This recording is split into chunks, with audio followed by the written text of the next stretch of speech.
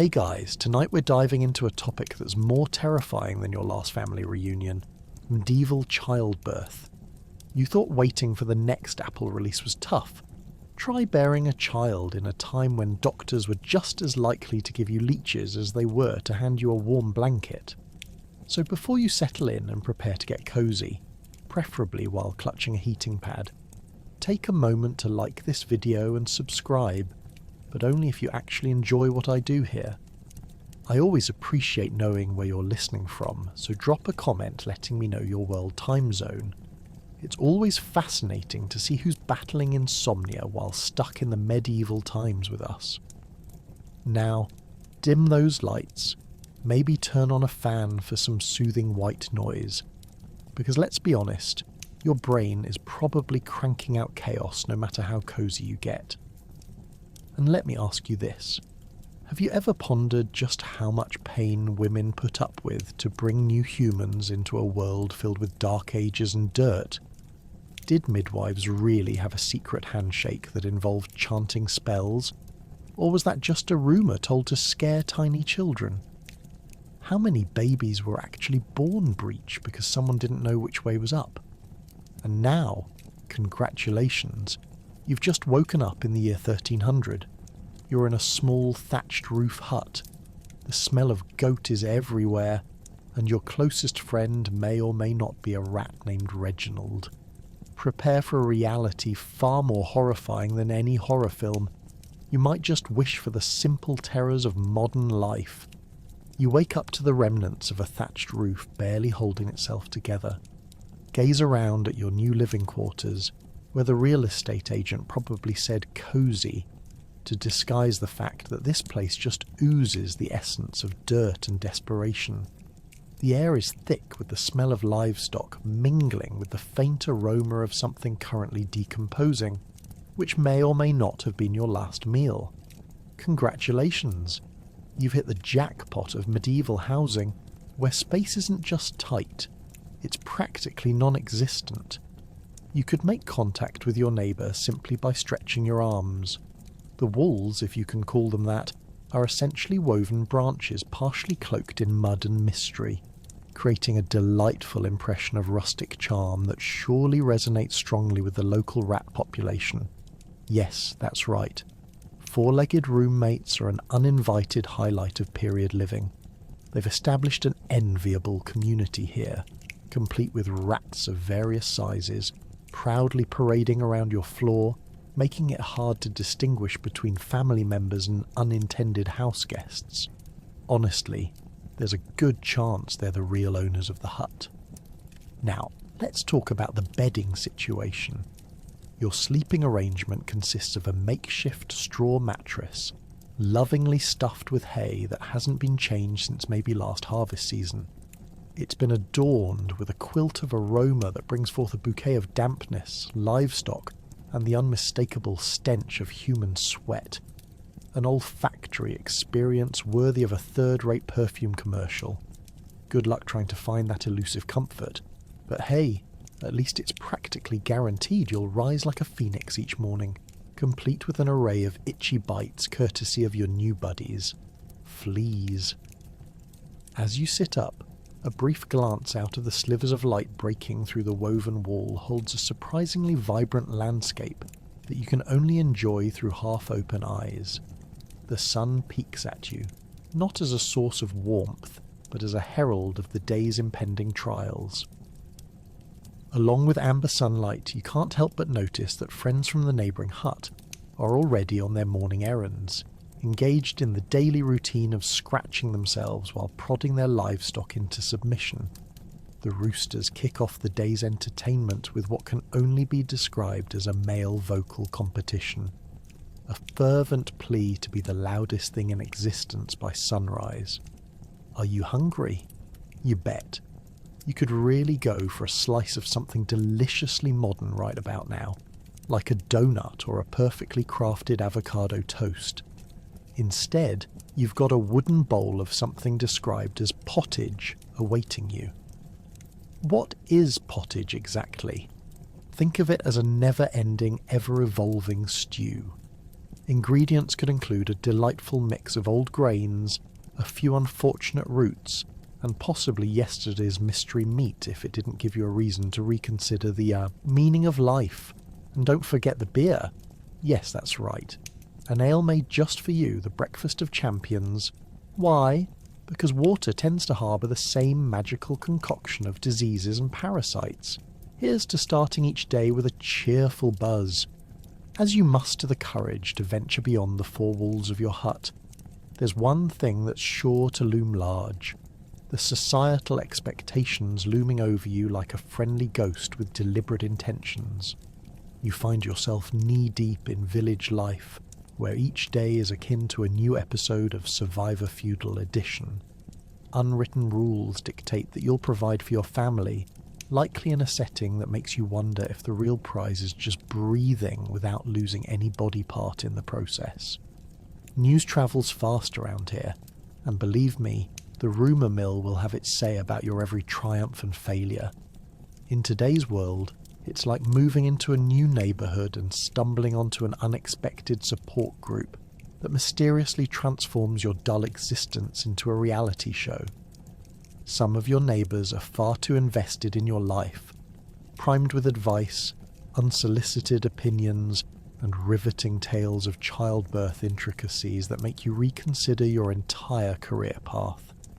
Finally, once the day begins to blur into the comfort of twilight, you start realising that life inside this hut is a chaotic adventure, brewed with exquisite euphoria and the looming dread of uncertainty. It's hilariously surreal and tragic all at once. And as you prepare to plunge and adjust to the astonishing reality of childbirth, you can't help but brace yourself for the wild ride ahead. If survival is the name of the game in this medieval circus, you might just want to think of it as your grand audition for a role nobody asked you to play. Welcome aboard the roller coaster of medieval motherhood. Brace yourself. It's going to be a bumpy ride. Picture this. You're in labour as the ever-so-pleasant midwife finally arrives, armed with her pouch of dubious herbal remedies and a hefty dose of good luck. If you were expecting a friendly hello and maybe a cup of chamomile tea, prepare yourself for the medieval equivalent of a pep talk during a marathon. Pulled from a book that was invented for people who stream horror movies on repeat. As she walks in, you catch a whiff of something that smells vaguely like pickled onions mixed with a hint of a barnyard. Real comforting, right? Now let's talk about her attire. There's a hood that could easily double as a small tent, and woolen skirts that seem to collect every stray piece of straw and dirt. She wafts around your room with a baffling confidence that suggests she knows the secrets of childbirth, or at least how to keep a straight face when everything goes sideways. You'd love to believe she's going to make this easier, but you've heard the stories, tales of women who breathed it out, only for the reality to involve shrieks worthy of a banshee hunting for her next meal. Just remember to breathe, she says with a smile, as if every contraction isn't making you feel like a human accordion. Breathing? You'd think they'd have a course dedicated to that. Perhaps it's taught alongside how to spar with a goat, or the best way to avoid stepping in cow dung. Naturally, midwives aren't exactly renowned for their gentle persuasion skills. They're handed a manual called Instructions for Extreme Childbearing, and somehow have taken it as their life mission to squeeze every drop of what's left in you, as if you were a medieval lemon. As the contractions begin to turn your insides into a circus performance, you question what kind of herbal magic she's loaded up as a remedy. The clanking rattles of glass vials seem to promise something either remarkable or mildly toxic. Remember the pink stuff your grandmother swore by as a cure-all? Yeah, this is like that, but without any actual proof it does anything other than keep you on edge. She dives into her bag and starts pulling out odd herbs like a magician on a nobleman's dime.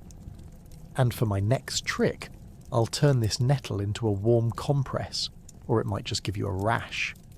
But wait, this isn't just about you. No! Here comes a parade of village women, like a scene straight out of the Great Medieval Bake-Off.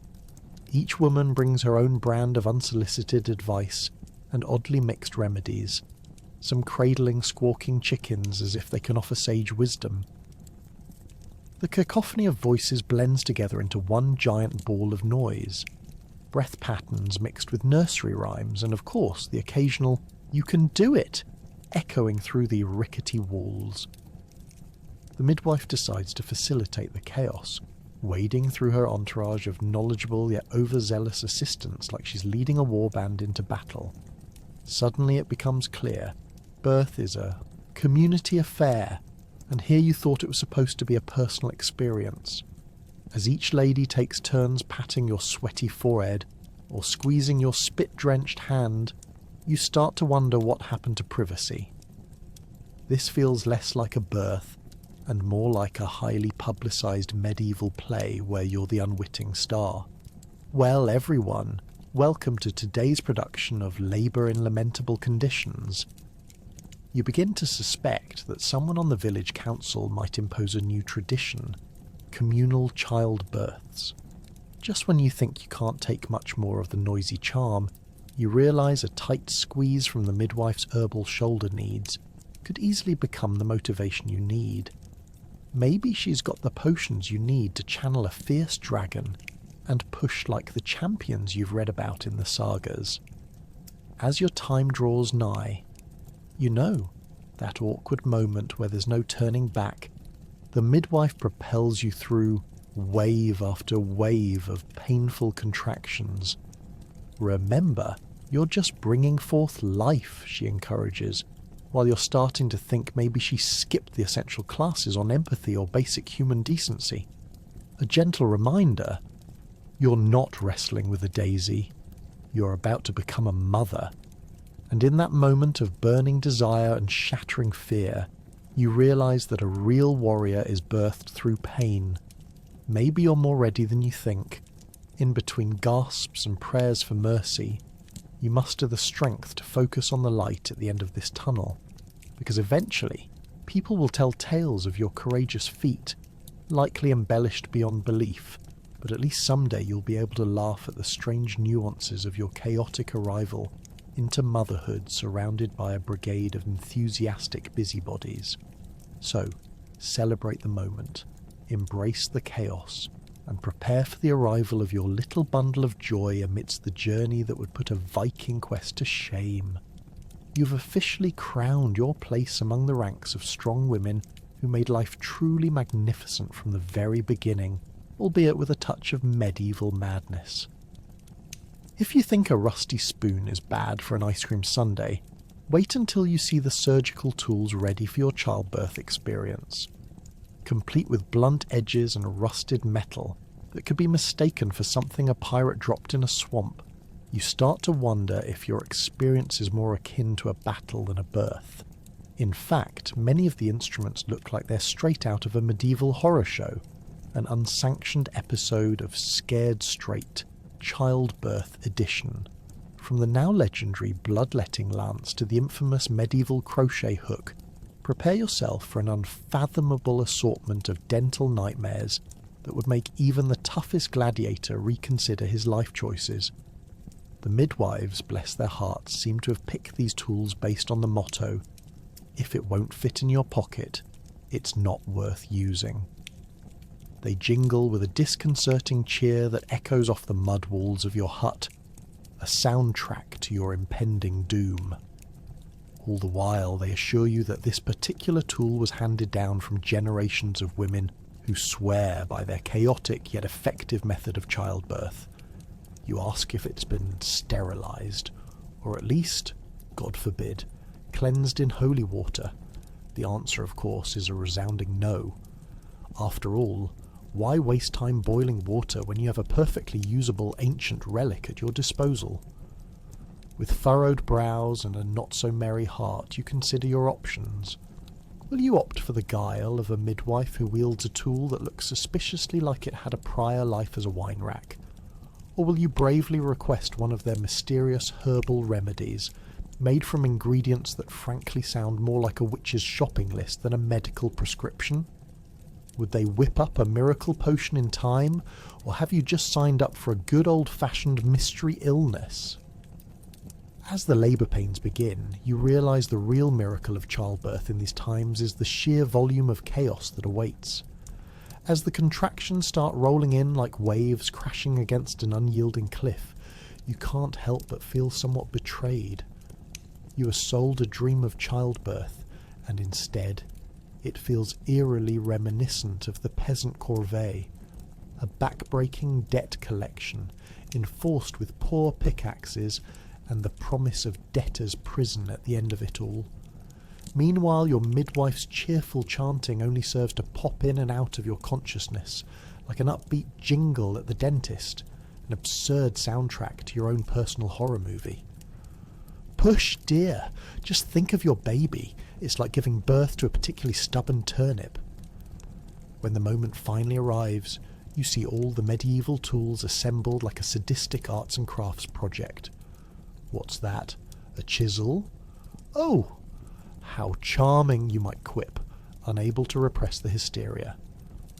The midwife cheerily explains that the chisel is a popular, time-tested method for delivering, which, if you're honest, sounds much more like an art installation than a medical procedure.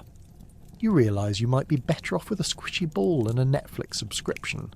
Pain radiates through you, reminding you that no amount of absurdity can prepare you for the task at hand. The midwife lunges forward, equipped with her rusty, "I'm here to save the day" tools, ready to undertake the most extraordinary act humanity has ever known. "Trust in the process," she intones, though you can't be quite sure if she means the childbirth process or some metaphorical journey to the afterlife. With each push, you could swear you feel your perspective on life transform. Who needs to talk about family legacies or wealth building when you're here, knee-deep in a battle of wills with a few hundred years of medical ignorance hovering around you like a confused ghost? You breathe through the pain, knowing eventually you will emerge as a champion, not because of smooth sailing, but through sheer determination, all while wondering if giving birth in the Middle Ages equals joining a reality show that might unveil your true, exposed self in all the chaos. And just as it feels like you might never pull through, when the baby finally emerges against all odds, you realise the tools and the absurdity have led to something beautiful, perhaps even miraculous. Tentatively, you stare down at your new bundle of joy, a tiny, squirming reminder that life, like the medieval world around you, is often messy, unpredictable, and full of inexplicable stories that shape our existence. There's no denying you've just survived one insane experience that will leave plenty of tales to share, and possibly a few scars to match. As your midwife gathers the village women to help with the birth, you can't help but notice the odd hierarchy in the room. It's like dining at a restaurant where suddenly the waiter becomes the chef, and the chef insists on flipping the tables while reciting verses from a squirrel's memoir. Each woman holds a role more peculiar than the last. There's the matriarch, who seems to have spent half her life spread-eagled on a cot, whispering sage advice into the ears of new mothers like some medieval oracle. Next, there's the eccentric one wearing a crown made from dried lavender, clearly convinced that aromatic herbs alone can highlight the finer points of childbirth. You can already hear her quietly suggesting the role of essential oils as miracle aids alongside your upcoming labour. The atmosphere crackles with an oddly comforting chaos as chatter swirls around like autumn leaves in a windstorm. "Have you tried squatting to ease the pain?" one woman asks, while another counters, "You need to walk it out like you're running from a wolf." You wonder whether this is childbirth or the most intense team-building exercise in history. In this moment, it feels more like auditioning for a medieval reality show. The Real Housewives of a Thatched Hut, where drama and unsolicited advice are served abundantly. The scene escalates as the midwife, a real-life fusion of doctor and fortune teller, claps her hands energetically. She starts issuing commands more fervently than a coach leading a last-minute pep talk before a championship game. "More blankets! Fetch the rosemary! Someone please calm the screaming goat outside!" Her voice booms through the cramped quarters, like a battle cry that demands swift action, and suddenly you realise that your comfort and anonymity have all but evaporated. As the women scurry around you, you catch snippets of their personal lives intertwined with their attempts at assisting your labour. One shouts, "Just last week I delivered twins while I was skinning a potato." Another chuckles as she recounts a time she was mistaken for a belly dancer during a ritual. Because really, isn't improvisation its own art form? Your heart aches with laughter as you think, how did we go from childbirth to an impromptu comedy show? In the middle of all this chaos, you suddenly notice a younger woman, perhaps your sister-in-law, clutching her own belly while watching you intently. Is she pregnant too? Her eyes dart nervously as if she's considering whether swinging a chicken over her head might suddenly open the gates to safe, easy childbirth.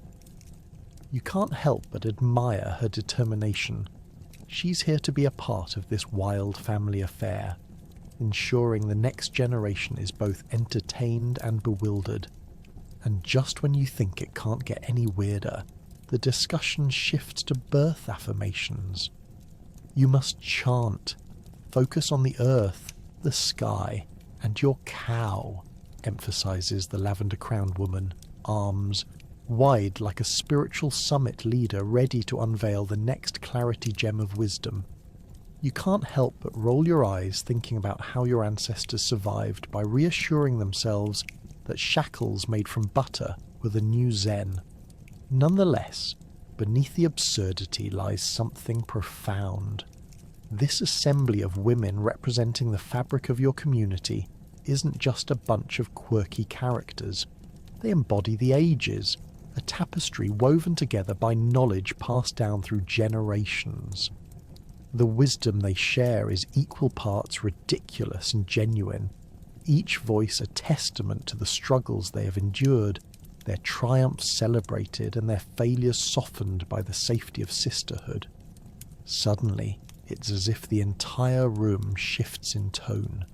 The atmosphere draws close, even intimate, as they create a human shield around you, a fortress of support in the face of your overwhelming challenge. Perhaps this absurdity is the very essence of womanhood. Amid belly laughs and impromptu chants, you realise what's happening. In this medieval carnival of childbirth, you're not just enduring labour, you're rewriting the script of your life with each scream. As the contractions wash over you like a roaring tide, you smile through the pain, buoyed by the love and laughter echoing in the room. The strange hierarchy, the quirky characters, the outlandish advice, all of it melds into a protective cocoon that fiercely insists you can do this. You clutch the bed's edge, determined to give birth not just as a duty, but as part of this hilarious, soulful legacy that stretches back through history. And as pain grips you once again, it hits you. This, dear listener, is the bizarre beauty of childbirth in the medieval world.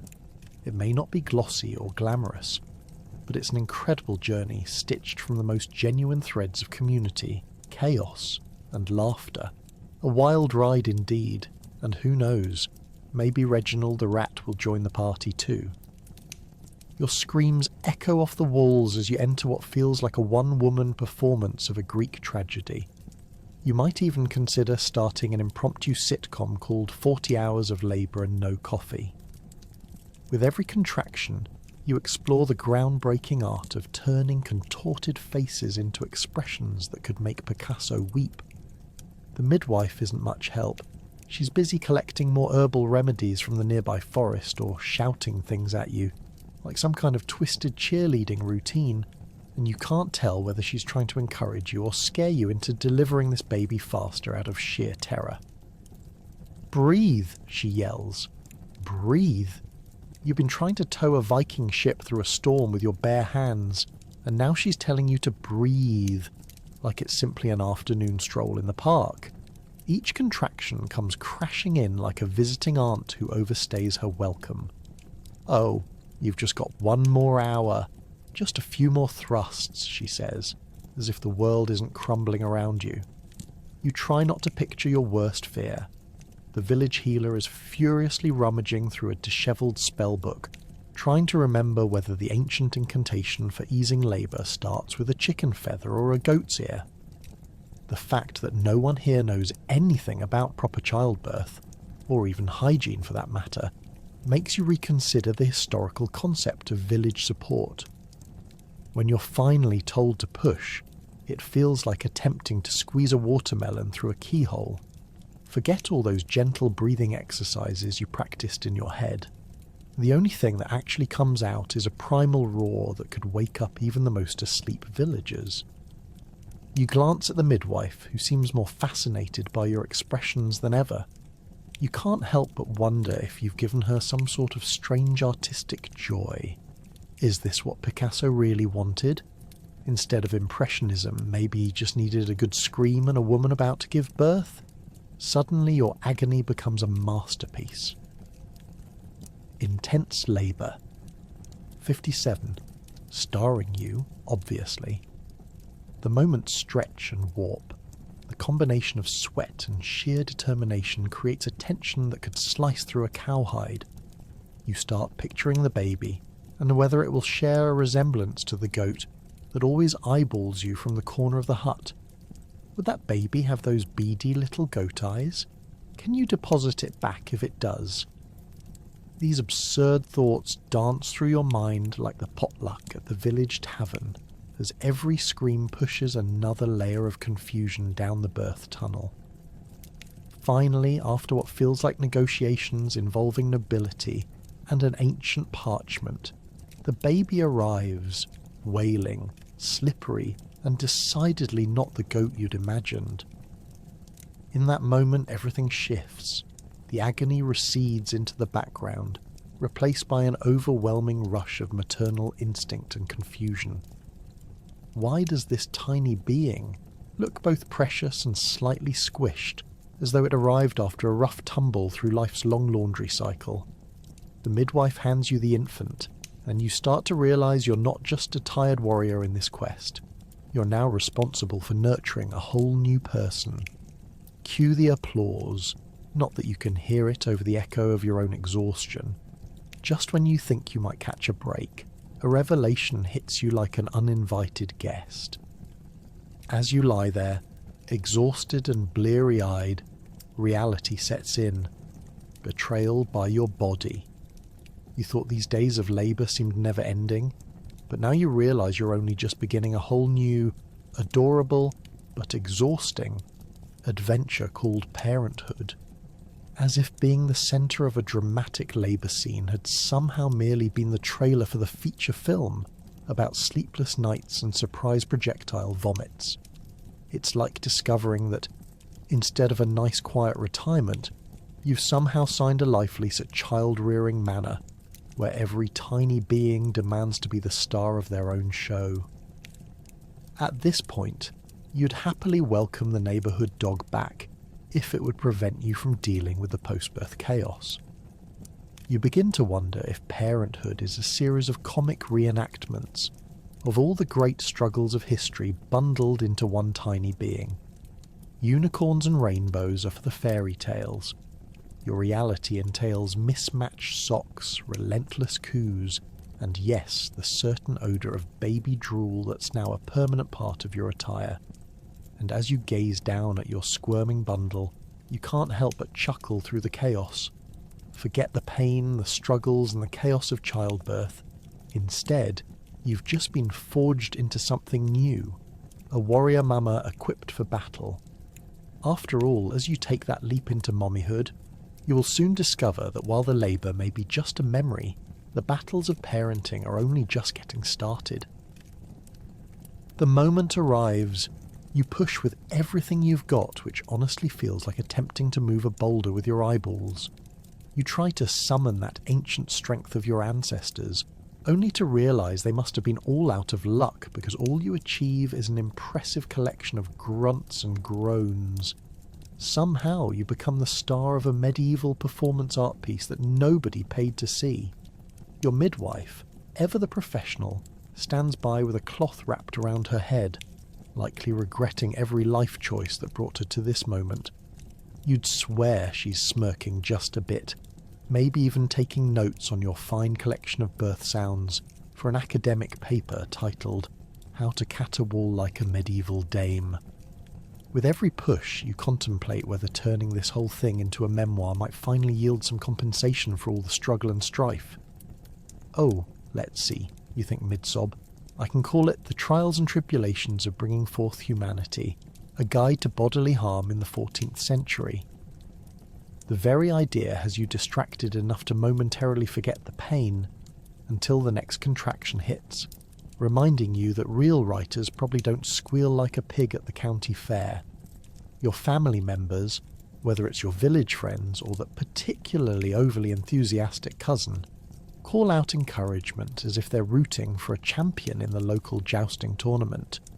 "You can do it!" they scream. "Keep pushing!" Keep pushing? Is this a childbirth or an endurance contest? You can practically hear the village betting on whether it's a beautiful baby or a goat that'll come out. Is this how Vikings felt before they charged into battle? You bust out through laboured breaths. Shall I take the head of my enemy in victory?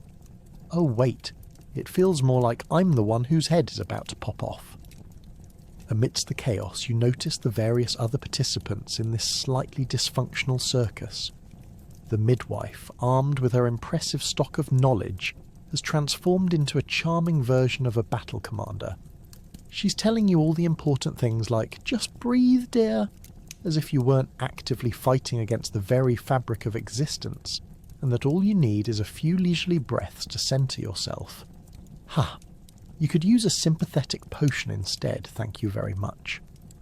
As you spiral deeper into labour, you realise that the tableau before you isn't merely about the act of giving birth. It's essentially a reenactment of horror stories told by firelight. All around, women are panting, legs akimbo, without a care for the practicality of modern-day childbirth. Wouldn't it be grand if someone invented stirrups? But be careful. Mentioning anything remotely related to comfort could enlist the ire of the village women, who might see comfort as a metaphor for weakness. The ultimate irony, of course, is that no one ever discusses the hilarious side effects of childbirth either, the hair-raising sounds, the unusual positions. If only your body came equipped with a cheesy monologue to ease the pain, perhaps something like, "Hey universe, how about a relief plan where I don't feel like I'm passing a watermelon through a garden hose?" And just when you think you've reached the end of your tether, that moment finally hits. What the midwife refers to as the crowning. One last push, and you feel like you're giving birth to an entire castle. You may even start yelling about the amazing archways and stonework that have practically given birth to you. "Why not build an expansion while you're at it?" you roar, half mocking the midwife who's now ducked down to give you space. Then comes the part where the world seems to slow. The climax of this bizarre medieval drama finally unfolds. Suddenly there's a squirming bundle of joy, a creature that audibly announces itself as if it's trying to remind everyone that it is, in fact, the star of the show. With tears flooding down your face, whether from joy or exhaustion is still up for debate, you clutch your new mini-human as though it were the world's last chocolate cake. You may not have the luxury of a clean hospital room or a delicately wrapped blanket, but in a corner of a cramped hut, with goats bleating loudly in approval, you realise that you've conquered the ultimate test of survival. This is your crowning achievement, and as chaotic as it all is, you know, deep down in those ancient instincts, that the struggle to bring life into the world is as majestic as anything a fairy tale could hope for. And as the new life in your arms cries for the first time, you can't help but laugh, because let's face it, parenting back then was the original reality show, complete with unpredictable plot twists and plenty of laughable moments. Welcome to post-childbirth, where the only thing less appealing than the birthing process is the cleanup. Forget anything resembling soap or water. Instead, you get a local brew of questionable herbal tea that may or may not be a traditional poison. Congratulations on your new child, and also on the official start of a lifelong battle against the filth. You might have expected flowers and congratulations, but instead, you're greeted with the sharp scent of sweat and despair, lingering in the rather cramped quarters of your home. It's like a medieval escape room, but the only prize you win is another day stuck in the muck. Now, let's talk about hygiene, or rather the utter lack thereof. You're too exhausted to embark on any grand bathing rituals, and who could blame you? Bathing wasn't even a common practice during medieval times, so it's not as if there's a cultural precedent to live up to. Sure, people try to cleanse their spirits and bodies, but usually with cold water that's been sitting out so long it could qualify as a science experiment gone terribly wrong. No bubble baths or relaxing scrubs here, just nearby streams that locals believed were cleansing enough, until someone casually mentioned they also served as, let's say, communal restrooms for several nearby livestock. And as you navigate the warm, oppressive air of your home, you might wonder how historical figures managed to convince themselves that being clean was an acceptable luxury. The only water you've got might come from that very stream that's now an open sewer, filtered through the exquisite hands of nature's most generous creatures, aka mosquitoes and cows. Did you really just compare the quality of the stream's water to a fine wine? Well, you must be more delirious than you realised. When it comes to post-birth cleaning, fear not. Your trusty midwife saves the day, perhaps by handing you some special rags that are little more than multi-layered pieces of fabric she probably pulled from the floor. If only they came with a warning label. Caution, may contain remnants of every unpleasant trait of medieval life. Your instincts scream for you to run, but your body protests. It's not going anywhere for a while. Laughably, your first task is to clean your baby, but you might find yourself wondering what clean means in a world where soap is merely the stuff of legends. So, in the style of an artful contortionist, you gently wipe off your newborn with a rag that seems to be holding onto moisture mainly to taunt you. Is that a smear of dirt? A hint of something else? Only time will tell, my friend. Now here's the kicker. While you're busy documenting the many shades of uncleanliness right in your own home, you can count your in-laws and well-meaning neighbours paying surprise visits. What an honour. Nothing says medieval hospitality like bringing half-baked advice and a clutter of germs straight into your charming abode. They want to see the baby, of course, but even they seem slightly hesitant to listen to whatever advice the village witch passed down regarding postpartum hygiene. Perhaps they also have PTSD from the last time they visited, when the poop hit the proverbial fan during, the actual giving birth part. Amidst the well wishes, you'll notice something. Everyone wears the same expression you have worn since your pregnancy started. The, what have I just signed myself up for? Look shines bright on every face. It's like you're hosting a medieval version of a Fear Factor reality show, where contestants must vanquish the realities of parenthood while simultaneously dodging embarrassing social faux pas about hygiene. Yet here lies the true comedy. Who truly needs anything resembling hygiene when you've just birthed the next heir? Only about half the world's population is horrified by your state. The other half is nodding in solidarity, having long given up on the concept of cleanliness at all. After all, the image of the perfect mother is matched only by the escapism of a midwife promising no one really should worry about showers after 8 months of deciding between ale or goat's milk. So, as you settle into motherhood, Do keep one thing in mind. Your battles won't all feel as victorious as you hope. The war of cleanliness has just begun. You may find yourself fighting the good fight against the shadow of pungent realities lingering in your home. But hey, at least you'll always have each other, your child, and the ever-fortunate odour that turns heads faster than you can say, "Welcome to the mess. Welcome to motherhood, where who needs soap when you can raise a child in a symphony of astonishing discomfort?" Now that the child is born, there's the monumental act of naming them. You feel the weight of power as if you're entering into the lottery with no actual prizes.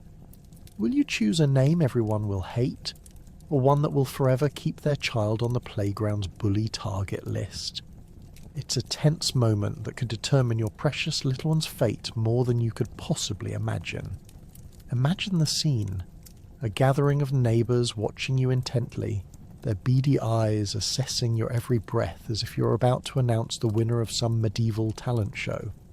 A great silence hangs above, similar to the tension before a storm, while you frantically sift through your thoughts, desperate for something that won't lead to future therapy sessions. You suddenly remember that in your last lively chat with the village gossip, she mentioned old names that haven't been uttered since the last plague swept through town like an unwanted draught. Names like Ethelbert or Agnieszka that could turn an innocent toddler into the featuring act for the local jesters.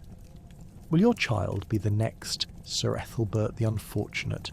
You ponder whether laughter at your expense is a form of socialising among the villagers, or if they're breaking into hives worrying about what their own offspring might endure if they hear you accidentally name your new child after a goat. As you summon the courage fueled by unspeakable maternal strength, you look down at your squirmy little miracle, whose face is a charming blend of your husband's nose and the neighbour's suspicious cat. What do you call such a being? Should you go for something vibrant and traditional like Alaric, which means ruler of all, or something that just rolls off the tongue like Oberon, which sounds more like a medieval beverage than a baby name? You can practically see the thought bubbles popping above the neighbours' heads. Did she just name that child after a brand of ale? Time is ticking. The midwife is tapping her foot impatiently, as if she's waiting for you to hand over a precious ancient scroll instead of a fragile little human. There's no pressure or anything, just the collective expectation of the entire village waiting for the reveal. You've got to make your move. All around you the air is charged. The local priest, handsome in a way that makes you fully aware of your bedraggled appearance, looks at you expectantly. You can almost hear him thinking, "Please, don't let it be something like Bertaflees the 10th. The fate of your child's soul could be resting on your shoulders, or at least your aptitude for clever wordplay." It feels like you're stuck in the medieval Olympics. You're hoping for gold, but the audience is already murmuring about the bronze for most likely to fall into the moat. The pressure builds, and with a burst of doubt akin to attempting to milk a stubborn goat, you blurt out, "Let's name him Gurkney." Stunned silence falls like the foul smell of something rotten hidden under a haystack. Your neighbours exchange glances, a mix of shock and awe. Gurkney. Is he destined for greatness, or a life wandering the roads as the village oddity? Realising there's no backing down now, you've pitched your flag on the peak of ludicrous. You bite your lip. Who knows? It could become a hit. After all, what names shall we trust more than those born from slightly wacky medieval imaginations? Perhaps for every Gurkney there will be a future king or knight. Still, the villagers nod thoughtfully, unsure of whether to applaud your creativity or launch a campaign to erase it from history. Finally, in a daring move, the midwife declares, "Gurkney is perfect. This child shall bring laughter and tales to our village for ages." You can feel the pinpricks of judgmenting laughter turn into genuine grins. A family legacy has begun, the kind possibly involving a wall of fame, as long as no one ever finds out about that time you named the goat Furtive Gary. And there you have it. In a time where names could hold magic or scandal, you've just set the course for destiny. Welcome to motherhood, where the stakes are high, the traditions absurd, and the naming game is just the beginning of an adventure that even now, centuries later, leaves us shaking our heads in disbelief. After all, if there's anything the medieval times taught us, it's that grand stories can spring from the oddest names, or from parents who listen to the whispers of goats more than the pleas of their own children. Congratulations, dear listener. You've survived one of history's most ridiculous traditions, wielding the power of naming that can rival even the most established kings in history. It's all about belief after childbirth. Cue the rituals. Women across the village come bearing clunky silver amulets, hoping to ward off evil spirits, or, simply the darkest parts of the human experience. Who knew your baby's lucky charm was a chicken foot carved into an intricate shape of a shoe? Nothing says welcome to the world like a foot from a fowl mixed with a dash of desperate superstition. As each woman enters your hut, they announce their intentions louder than the uncooperative baby wailing in your arms, presenting trinkets with the confidence of a magician revealing their best trick. One woman, Mabel, shows up with a rattle that looks suspiciously like a decapitated rabbit foot. Don't worry, it doesn't hop anymore, and insist it brings good luck as long as you don't accidentally jingle it too close to a candle flame. Because what's a little accidental fire when you're standing at the crossroads of ancient rituals? Another villager offers you a tiny pouch filled with herbs that, according to her, can cure everything from headaches to marital strife. Just put it under your pillow, she proclaims with the authority of someone who's probably tried to sell these to 3 other mothers today alone. As you sit there cradling your newborn and sorting through your new collection of cures, you can't help but feel like you've unwittingly joined a bizarre marketplace of oddities.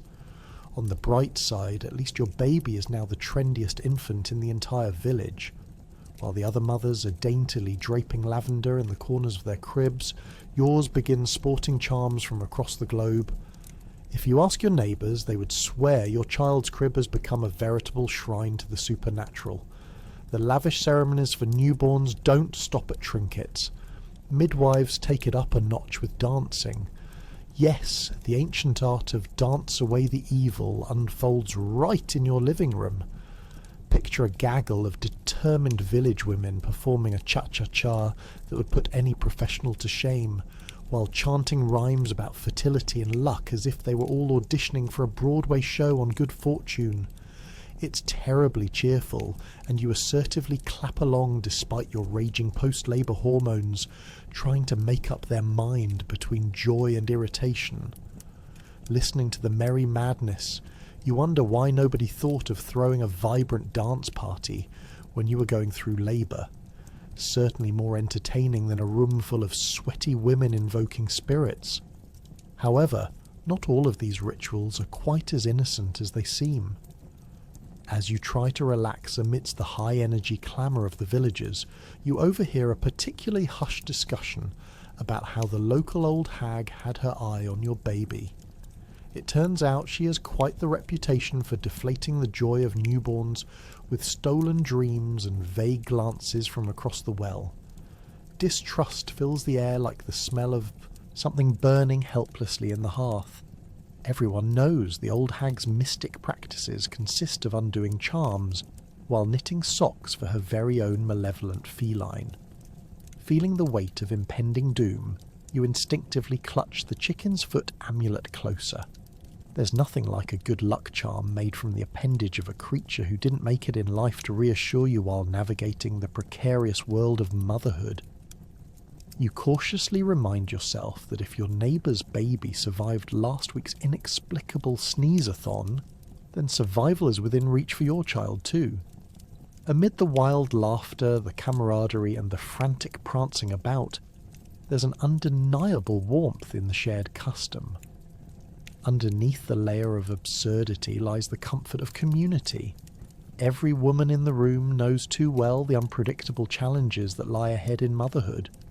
You may feel like a circus ringmaster overseeing a troupe of well-meaning jugglers, but ultimately these rituals aren't just whims. They're a tapestry woven with love, anxiety, and the imperfections of town gossip. So as you sit amid chicken feet, rabbit rattles, and spirited dancers, allow yourself to relish these silly moments. Because in a world so often chaotic, it turns out laughter shared among women swaddled in their own uncertainties can sometimes be the best magic of all. Maternal instinct is supposed to kick in, right? Yet here you are, staring at this tiny human, questioning whether you should cuddle them or hand them to the goat out of sheer confusion. Hollywood really has it all wrong. Who knew parenting required a degree in potion making and an understanding of goat psychology? As you unintentionally foster your budding agricultural skills in animal husbandry, a distinct thought forms. Did anyone ever check if babies are supposed to favour goats over their own mothers? Fluffy and warm, Reginald the goat may quite possibly be the better nurturer in this scenario. Days begin to blur together. You find yourself navigating the treacherous landscape of new motherhood, armed with nothing but exhaustion and a kitchen full of turnips. Oh, you thought you signed up for a little cherub and the joy of lullabies. Surprise. You now have a screaming blob that sees fit to unleash its furry chaos at ungodly hours of the night. One moment you're attempting to convince yourself this tiny creature isn't an alien life form hell-bent on devolving into chaos, and the next, you're knee-deep in their soot-blackened diaper.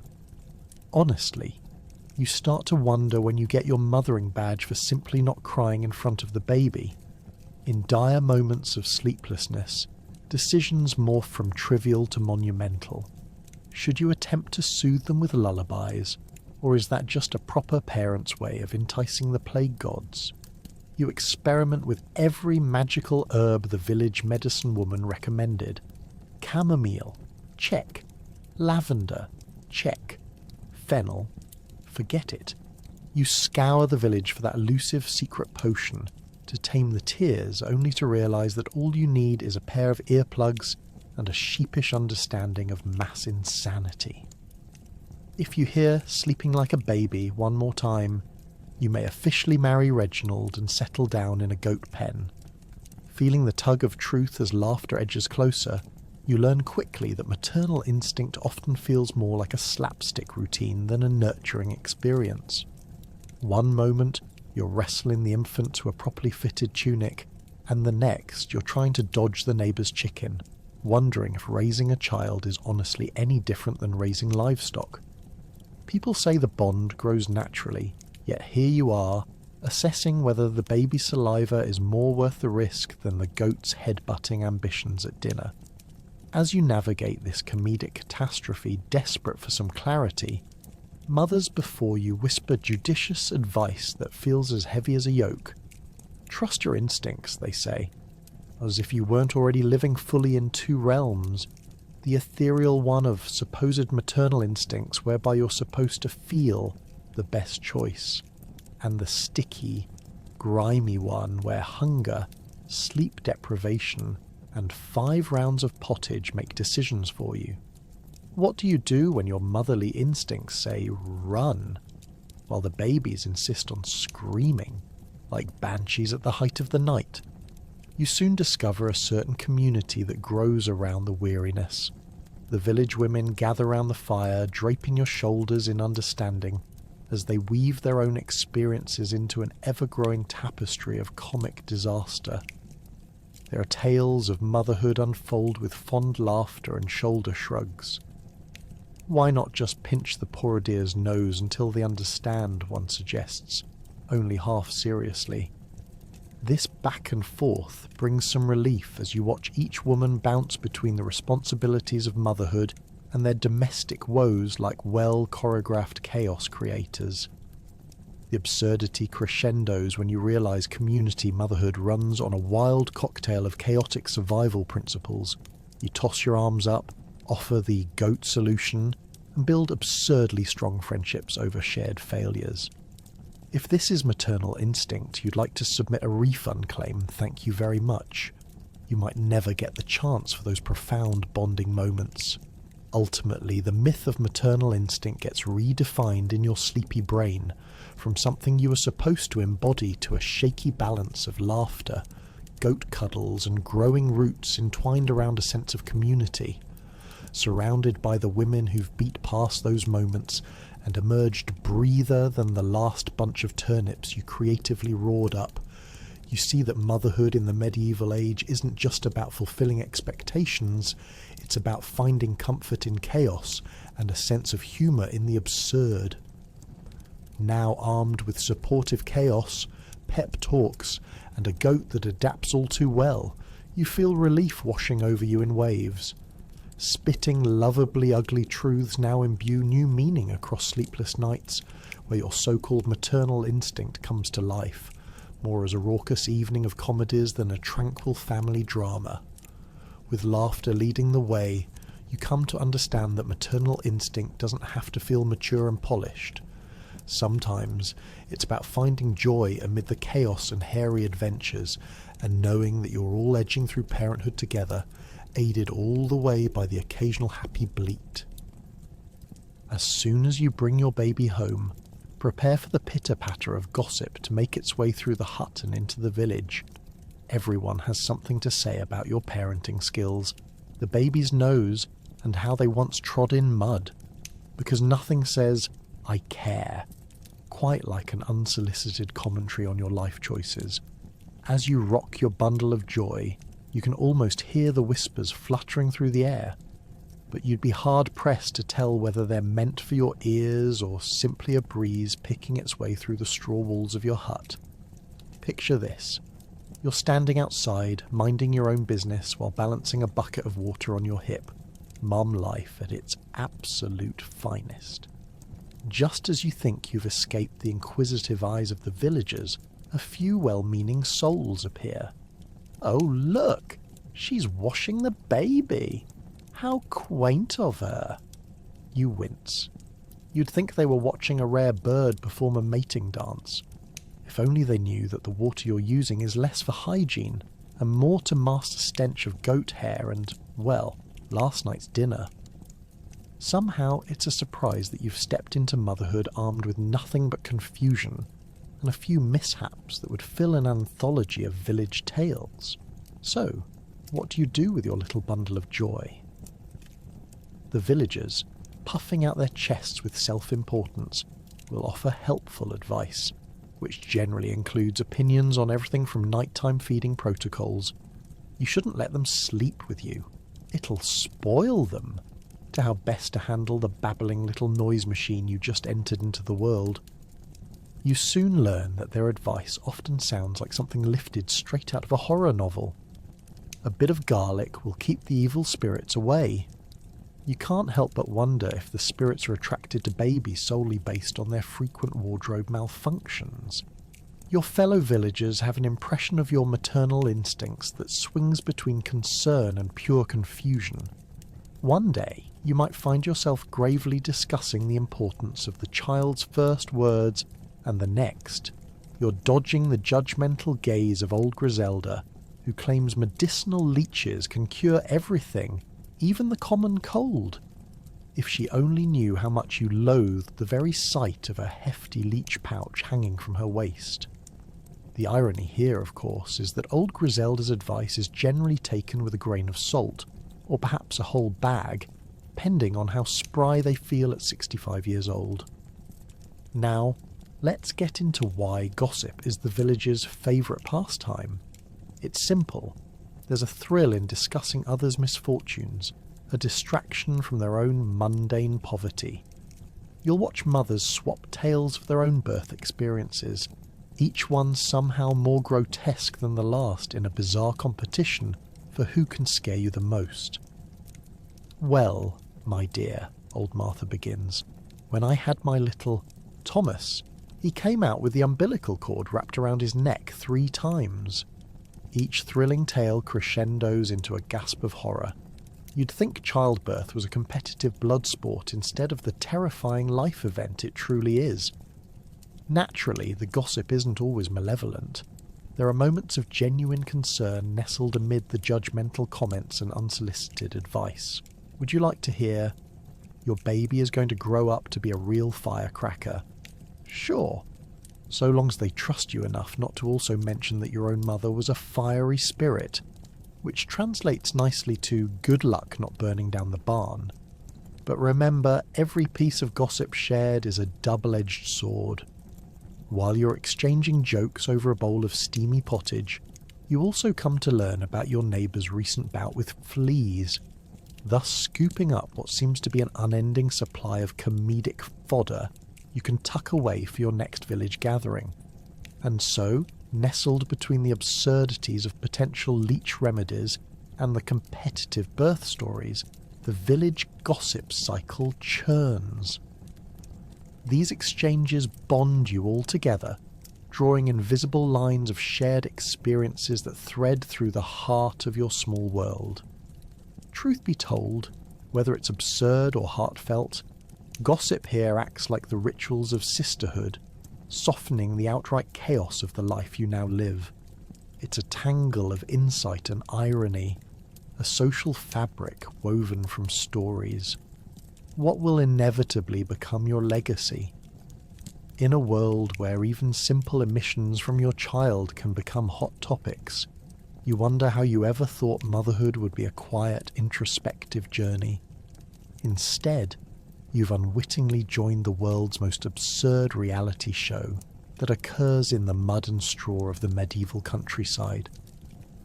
Welcome to your new life, where every whisper is a heartbeat, every giggle is a future storyteller, and every raised eyebrow might just be the beginning of another chapter in the village narrative. As your recovery begins, you can't help but feel like an uninvited guest at a completely unhinged banquet. The burdensome afterbirth is what your body decides to serve at the 11:30 a.m. buffet, where you've lost all appetite for the questionable contents that once made you famous for being able to chug ale faster than any peasant. Welcome to the medieval experience, where every postpartum moment feels like an episode of a zero-budget cooking show gone horribly awry. You lie in bed, well, if bed can even be called a thin layer of straw with an ominous number of bugs mashed into it, but you're rolling with it. Life decides to go all in with a lavish display of gooey memories and feelings that unravel like a cheap quilt accidentally revealed during a family quarrel. The villagers pop in and out as freely as they might at a local tavern, all convinced they're helping you more than you could ever imagine. Ah yes, their wisdom flows like the local river, which you've made the mistake of drinking from before, parasitic thoughts and all. You smile weakly as they present their offerings, a hodgepodge of herbal remedies that smell like they've been dredged from the bottom of a compost pile mixed with a hint of saffron. Spoiler alert, that saffron is more likely something that grew out of last week's goat fever. Holding up these gifts of nature, they watch for gratitude in your eyes. But honestly, you're more on high alert for complaints about the impending knock you hear in your gut. As your acquaintances wax lyrical about the benefits of something they clearly call binders and soothers, you take all this in like a hostage gripped by wheezy excitement. The concept of healing in their eyes looks less like a caring gesture and more like a traditional medieval Olympic sport where points are awarded for each eyeball-rolling chant or, in a remarkable turn of events, a mere pinch of the leg to make sure you're still with us. Because honestly, who wouldn't want to win gold in the world of postpartum wellness?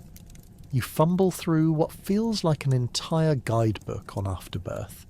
Do's and don'ts that are overly optimistic and stimulating at best. Should you brush off the emphasis on getting right back into daily chores? Definitely. They clearly have no idea the extent of your recovery. Each movement tugs at you in ways that can only be described as an exaggerated tug-of-war between you and your body. The day before, you had dreams of being the medieval version of Wonder Woman. Turns out that's only possible if you can muster the energy to lift a finger to swat away the flies buzzing in ecstasy from your collection of mysterious afterbirth. But wait. Suddenly, it dawns on you that your recovery is not only a battle of the body, but also one of mental gymnastics. Your neighbours arrive, and with them comes unsolicited parenting advice, fused with dramatic stories of childbirth that must have taken place in a parallel universe. What do they know of birth pains compared to the pearl-clutching advanced experience of pain you underwent? As each guest regales tales of their own tribulations, you ponder how to bring the conversation down from imaginary tacos raised, while their unwashed laundry draped over your porch, to the reality of recovering from a life-altering ordeal. Of course, all this hullabaloo is just the backdrop for the next unavoidable reality, your new responsibilities. Goodbye, peace and quiet. Hello to nursery chords composed by the toddler pecans of the village. The tiniest human in your life is now in a world where you'll learn the first line of defense against all things gross, getting your child to stop sounding like a goat in a windstorm when they inevitably decide to gift you the emotional soundtrack to medieval parenthood. Spoiler, it's not as catchy as you hoped. Meanwhile, traditional roles in this household have shifted significantly, with your husband left to navigate the chaotic waters of diaper duty and goat herding, all while pretending he knows how to feed a screaming infant. Spoiler, he doesn't. Your only consolation prizes now revolve around small victories in surviving this wild juggling act between disaster, dirt, and the delightful absurdity of small feet navigating your straw-laden floors. The villagers pat him on the back, bestowing fatherly accolades while you inwardly scoff, knowing he's not preparing to milk the goats but is, in fact, searching through your old tunics for a vaguely clean shirt. So there you float in this unpredictable sea of motherhood, feeling like you're starring in a medieval version of Survivor, but with far fewer snacks and much more compost. As you prepare for the next onslaught of hilariously oversought helping hands, you realise you've become the reluctant hostess of a grand festival, one that celebrates survival, resilience and willpower, sprinkled with a hefty dose of irony. Welcome to the relentless journey of motherhood in the Middle Ages. It's one hell of a banquet. Forget the idyllic postpartum glow. The reality is weariness wrapped in rags, paired with a lovely side of confusion. The body that once seemed like a vessel of creation now feels like a drunken marshmallow that's unsure how to stand upright. Will you ever feel normal again? When you're awake at odd hours because your new human seems to think nighttime is for vocal performances, you start to wonder if you should have invested instead in a sleep-depriving machine rather than a crib. That was probably what the local villagers had in mind when they told you how wonderful motherhood is. Clearly they were just trying to sell you an idea while secretly admiring the chaos that is your new life. Every morning as sunlight filters through your dirty thatched roof, because honestly, who has the time to clean? You survey the battleground that was once your peaceful abode. Instead of a cosy dining nook, you've now created a shrine for all things infant. Soiled swaddles, various baby gear, and half-eaten gifts from well-meaning neighbours who thought they were being helpful by bringing over food, which has mysteriously become an extreme version of what leftovers. Naturally, the leftovers look remarkably similar to what your child spits out right before they decide that crying is their preferred form of communication. You take a deep breath, coming face to face with your new normal, and realising it redefines chaos. Ever tried balancing an egg while doing a rain dance with a chicken? Welcome to your daily routine as you try to decipher which noise means "I'm hungry," "I'm bored," or "I may have discovered a new superpower in making an enormous mess." Plus, don't forget that while you're navigating this delicate dance of survival, Societal expectations loom large like a medieval thundercloud overhead. Ah yes, the neighbours gather round with their sage advice and unsolicited tips. Just wait until child number 2, they chirp with unbridled enthusiasm, as if suggesting a weekend getaway instead of the endless laundry that will now follow you like a shadow. It's as if they think you can just flip a switch and turn on a caring maternal instinct that's supposed to guide you through the absurdities of newborn life. Meanwhile, the only guide you really need is your trusty bottle of ale. It's not that you're an alcoholic. You just needed a sip of comfort while you trudge through every diaper explosion that turns your child into a tiny abstract art piece. How about the inevitable, you'll get your body back? Oh, sweet child of the medieval ages, you've just embarked on a one-way ticket to Guava no return. Peer into the cracked mirror and what do you see? A future where skin looks like it's auditioning for a role in a sagging woolly mammoth documentary. It's quite ironic. You brought life into this world, yet your own identity seems to have taken a vacation to a far-off land where medieval women thrive. A land where the only luggage you bring back is a troubling collection of aches, pains, and more stretch marks than you could count. And it's not just the physical things. Oh no, now you've entered an emotional coliseum. Who knew a single sneeze could send you spiralling into a bout of tears that rivals a dog's funeral? Forget the days of serene walks and societal applause for your strength. Instead, you find yourself wondering if there's an underground magic potion to cure postpartum emotions, or if you should invest in a doorbell that alerts you when your erratic moods are about to send you into an emotional circus. Through this fog of exhaustion, frustration, and the simplistic quest for caffeine, you realise that within it all lies something extraordinary, the essence of survival. While you juggle this new life of diaper changes and sleepless nights, you're actually crafting a unique legacy. Each laugh, each cry, every single oopsie-daisy moment moulds you and your new human into a blend of imperfections that is wholly delightful. Even if the other mothers are better at multitasking their hysterics, inside you stirs a revolutionary spirit.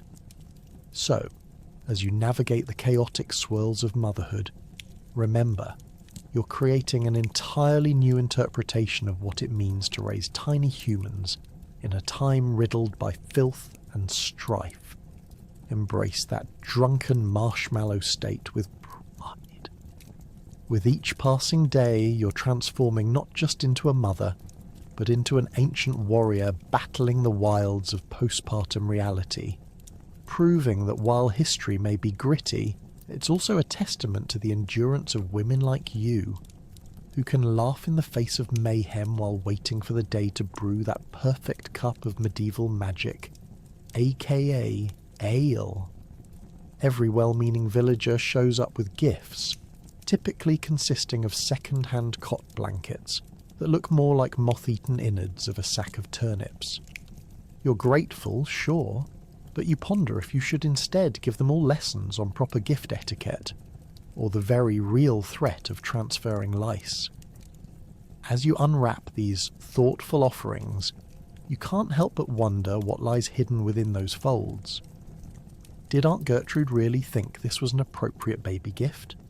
And why do all these blankets smell faintly of goat? You might as well start a trend of throwing weekly gratitude parties, just to figure out which ones you can discreetly burn without offending anyone.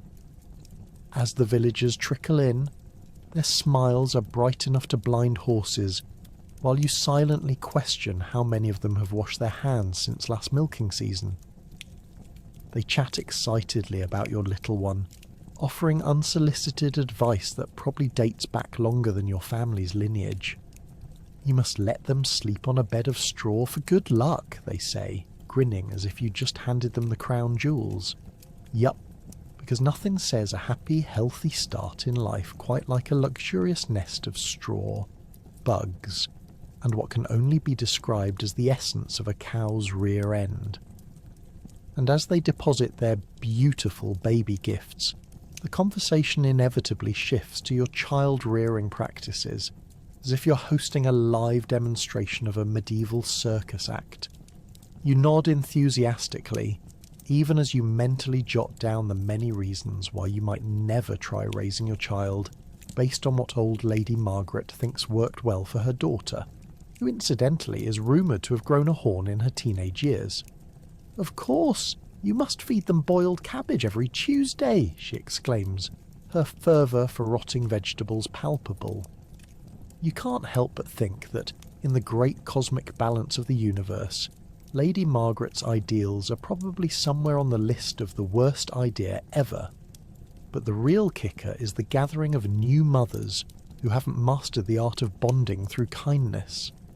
They've perfected the competitive sport of unsolicited advice, and instead mobilise their collective petty grievances into a very real "who can raise the starkest child" contest. Picture a parade of tight-lipped grannies squeezing effectively useless platitudes out of their worn mouths, while eyeing each other like they're sizing up a potential opponent in an upcoming duel. "My little Thaddeus took his first steps at 5 months," one proudly boasts. "Well, my Agnes recited the Lord's Prayer perfectly before she could crawl." It's enough to send any self-respecting new mom diving back under her straw mattress, where the existential crisis can't find her. The pressure mounts as more village women pile in, armed with questionable homemade remedies that only add to the mix of doubt floating around. One proudly unfurls a special blend, half herbal tea, half you really aren't sure what, claiming it worked wonders when her eldest child mysteriously stopped crying after 3 weeks of despair.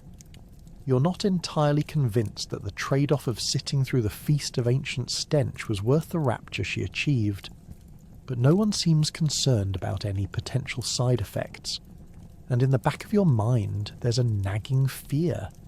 For every bundle of joy from these well-intentioned visitor gifts, wouldn't it crush the spirit to find your baby saddled with an inexplicable curse of village aesthetics? You imagine them, years later, resenting both the second-hand blanket and the sheer idea that you, their valiant mother, ever accepted a tattered, urine-stained piece of fabric with a heavy heart and poor judgment. As the dust settles and the last of the villagers slinks home, you're left with a mountain of bizarre offerings that threaten your sanity and start a new anxiety. How do you gracefully express gratitude while simultaneously plotting your escape route?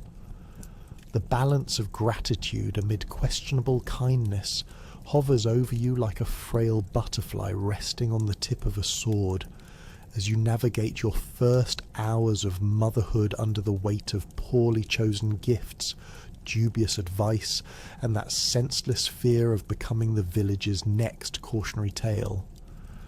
Embracing the madness, you chuckle softly, knowing that at the end of the day, survival means finding humour amidst the bizarre. So you wrap up your little bundle in the most acceptable of the hand-me-downs, mentally preparing yourself for whatever madness this whole parenting gig throws at you next. Because if the village didn't break you during childbirth, then surely it's not going to succeed with a few poorly timed, deeply perplexing gifts. The village women come over to help, only to treat your house as if it's the newest kindergarten and they're the well-meaning guest lecturers. Suddenly you're sharing a space where quiet reflection isn't on the agenda. It's about how loudly you can shush a child over the cacophony of clucking hens and the occasional distant bleat of a goat convinced she deserves more attention than your newborn. It's a parenting free-for-all, and you're stuck in the middle of it, playing referee. The adorable little bundles of joy born just moments ago suddenly transform into high-pitched screamers, competing for the title of loudest child in the hut. At this rate, you'll end up with a headache that could take down a bear. The village women's coaching consists of colourful tales of their own birthing experiences, each more astonishing than the last. Great-Grandma Marigold delivered triplets while balancing on one foot, one boasts, as you clutch your baby tightly, half expecting a niece to pop out any second simply because you dared to sit down. With every loud story, the room gets filled with the palpable sense of superiority these ladies exude. To a wild-eyed observer, they might look harmless, but, oh, do they know how to make you question every decision you've made since you decided to procreate?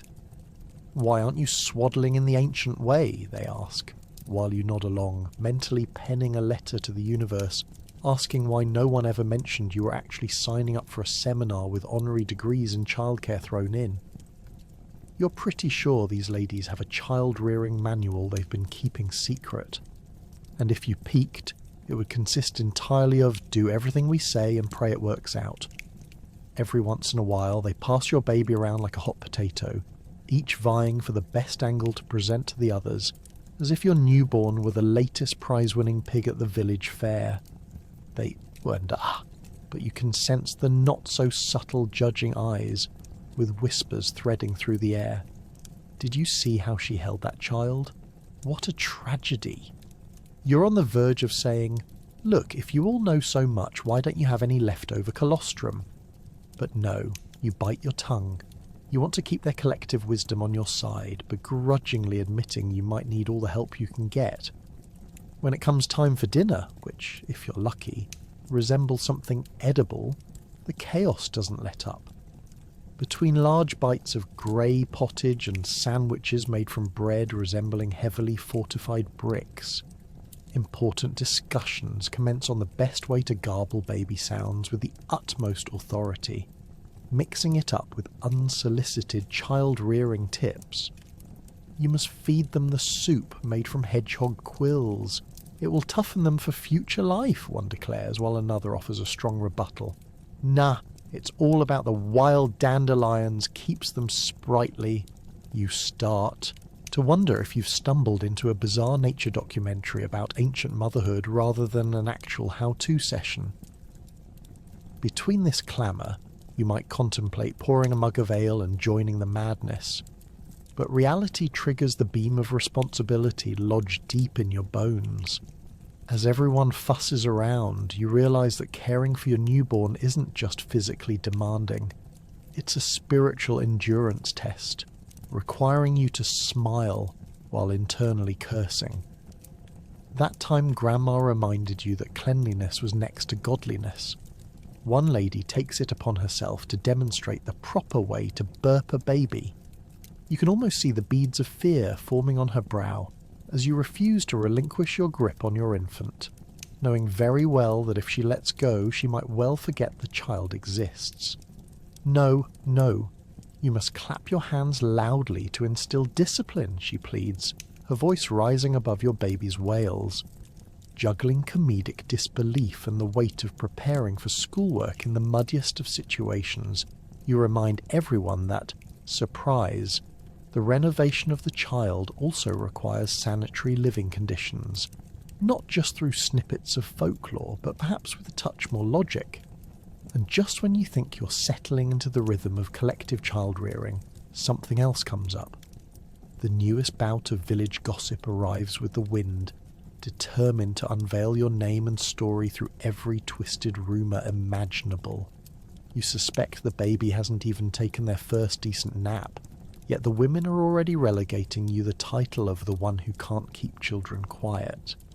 So, amidst the clucking hens and the overzealous critiques, you vow to employ that mental mantra of patience while envisioning a serene crown paradigm of motherhood that would make the ancient sages proud. If you survive this onslaught of wisdom and surviving a fever dream, surely you can face anything, even bedtime, armed with the glowing lessons gathered from this chorus of wonderfully absurd women. Who knows? Maybe this inventive venture into communal child-rearing could result in a few cherished moments and laughter worth its weight in gold. But as you begin to settle into motherhood, there's the ever-lurking sense that even if your neighbours mean well, they bring with them a whirlwind of ailments that put the village under quarantine. So, while your body works to recover, you are now delicately balancing on the edge of catching a plague with a finger still stuck in the last turnip basket. Ah, the joys of medieval motherhood. It's like a never-ending game of dodge the disease, only without the fun prizes at the end. Instead, you've got an assortment of blessings swinging around like a medieval piñata, just waiting to launch its sticky payload at you. Imagine it. Every gossiping neighbour who pops their head through your rickety door is a potential host for an invisible enemy. You could be chatting about the weather and suddenly find yourself getting the scoop on the latest neighbour's illness. "Oh, Gertrude, she's got the pox again," someone informs you cheerfully. "You know, the one that nearly took down her entire lineage last summer." Excellent, because nothing says, "Welcome to motherhood," quite like the horror of compounded health issues, a side of suffering with every joy of childbirth. Now, as you're mentally preparing for the long hours of sleepless nights and baby cry marathons, you can't help but wonder if your neighbour's ailments will also be bringing their own petri dish of diseases to your doorstep. You treat the passing village women like walking spell books, covering your ears to filter out whatever contagious woes they're sharing. Yet, it seems they too have a knack for spreading more than just gossip. Is that a cough? Or possibly the start of a medieval melodrama where everyone ends up bedridden in tears? As you cradle your newborn while applying the family recipe for immunity, a mixture of questionable herbs and muddy water, you can't help but sympathise with the herbalists of yore, hunched over their cauldrons and frantically whispering sweet nothings to their herbs, as if they might magically cure the entire village one small bottle at a time. Spoiler alert, enlightenment in the form of proper medicine is still a distant dream, and the best you've got are likely to be a few questionable leaves that might just be time, or maybe death's hand. No one's quite sure anymore. Then there's your best friend who's currently in the "you don't need to sneeze on my baby" mode. She arrives unannounced, declaring she's just gotten over a nasty bout of the liver-wrenching cough. Naturally, she insists you both take turns washing your hands in a bucket until you realise the water is murkier than the last soup you dared to eat. You start to ponder why handshakes have become a social liability, right next to every other form of physical affection. Will gut health soon be as vital as wielding a medieval weapon or singing a ballad? As the days drag on, and your baby grows heavier and louder, settling into your new life, you balance the hope of a peaceful future with the catastrophic aftermath of illness, like an aerialist on a frayed tightrope. You keep a close watch on your precious bundle, wondering if you've somehow genetically equipped them with the constitution of a rock, or perhaps a sniffling bird. Either way, you choose an incessant offering of herbs, potions, and an occasional prayer thrown over the shoulder, praying they might deter whatever little malady floats your way next. Night falls, and you lay awake, listening for the faintest sign of illness creeping in. The air grows stale and doubts wrap around you like a wool blanket too heavy to manage. You think about the village's ebb and flow, the cycle of life and disease, akin to a precarious dance always performed with caution. Who will be next in line for the next bout of the dreaded sniffles, or worse yet, an untimely departure? It's enough to make you keep a diary of sorts, just to record the ailments of every neighbour, as if each entry were a chapter in a living horror saga. But as days turn into weeks, there's still that inescapable instinct to live. You take a moment to appreciate the small victories, like a wonderfully quiet afternoon where your little one is unusually peaceful and the villagers are unusually healthy. How lovely it would be if one could bottle that magic. Alas, in the land of rickety huts and groundless ailments, your only defence is our antiquated wisdom wrapped in lodges of laughter. Laughter that might echo in habit as much as it bolsters your strength against the fear lurking just outside your door. So here you are, watching your village friends huddling together on hay bales, indulging in impromptu gatherings just a stone's throw away, knowing you are but an arm's length from the next gnarled cough. You glance at your child, whose chubby cheeks are the perfect masquerade against the harshness surrounding, and you remind yourself, every victory, even a tiny sneeze-free week, was worth journaling in bright colours for the next generation to inherit. Because even in a world of uncertainty, humanity prevails, often doing so with a dash of humour and a pinch of resilience, even when life tosses its fair share of plague in your direction. Just when you think it's time to rest, behold, the noble law of life duties calls. Whether it's farm chores or advancing the family lineage, your involvement isn't over. You now have to figure out how to wrangle your infant while cleaning, cooking, and defending your right to simply exist. It's like a twisty obstacle course designed by peasants to test your sanity. And let's just say it's a lot more difficult than it looks. You thought you'd endured enough agony during childbirth. Now the real challenge begins. A never-ending cycle of domestic chaos that mocks your prior desire for tranquility. Now, imagine this. You're squatting over a mound of laundry that smells like a herd of goats marched through a wet sock factory. Your little one is strapped to your back, wailing like a banshee, and you've lost track of where you left the last slice of cheese you thought you hid for future emergency snacking. As you scrub the clothes, a detail strikes you. Medieval laundry isn't a simple toss in the wash. No, indeed. You're out at the river, scrubbing away with a rock while praying you don't catch a glimpse of the local livestock, eyeing your child as a potential snack. Ah, the sweet sounds of nature, punctuated by the echo of domestic chaos. And let's talk about cooking.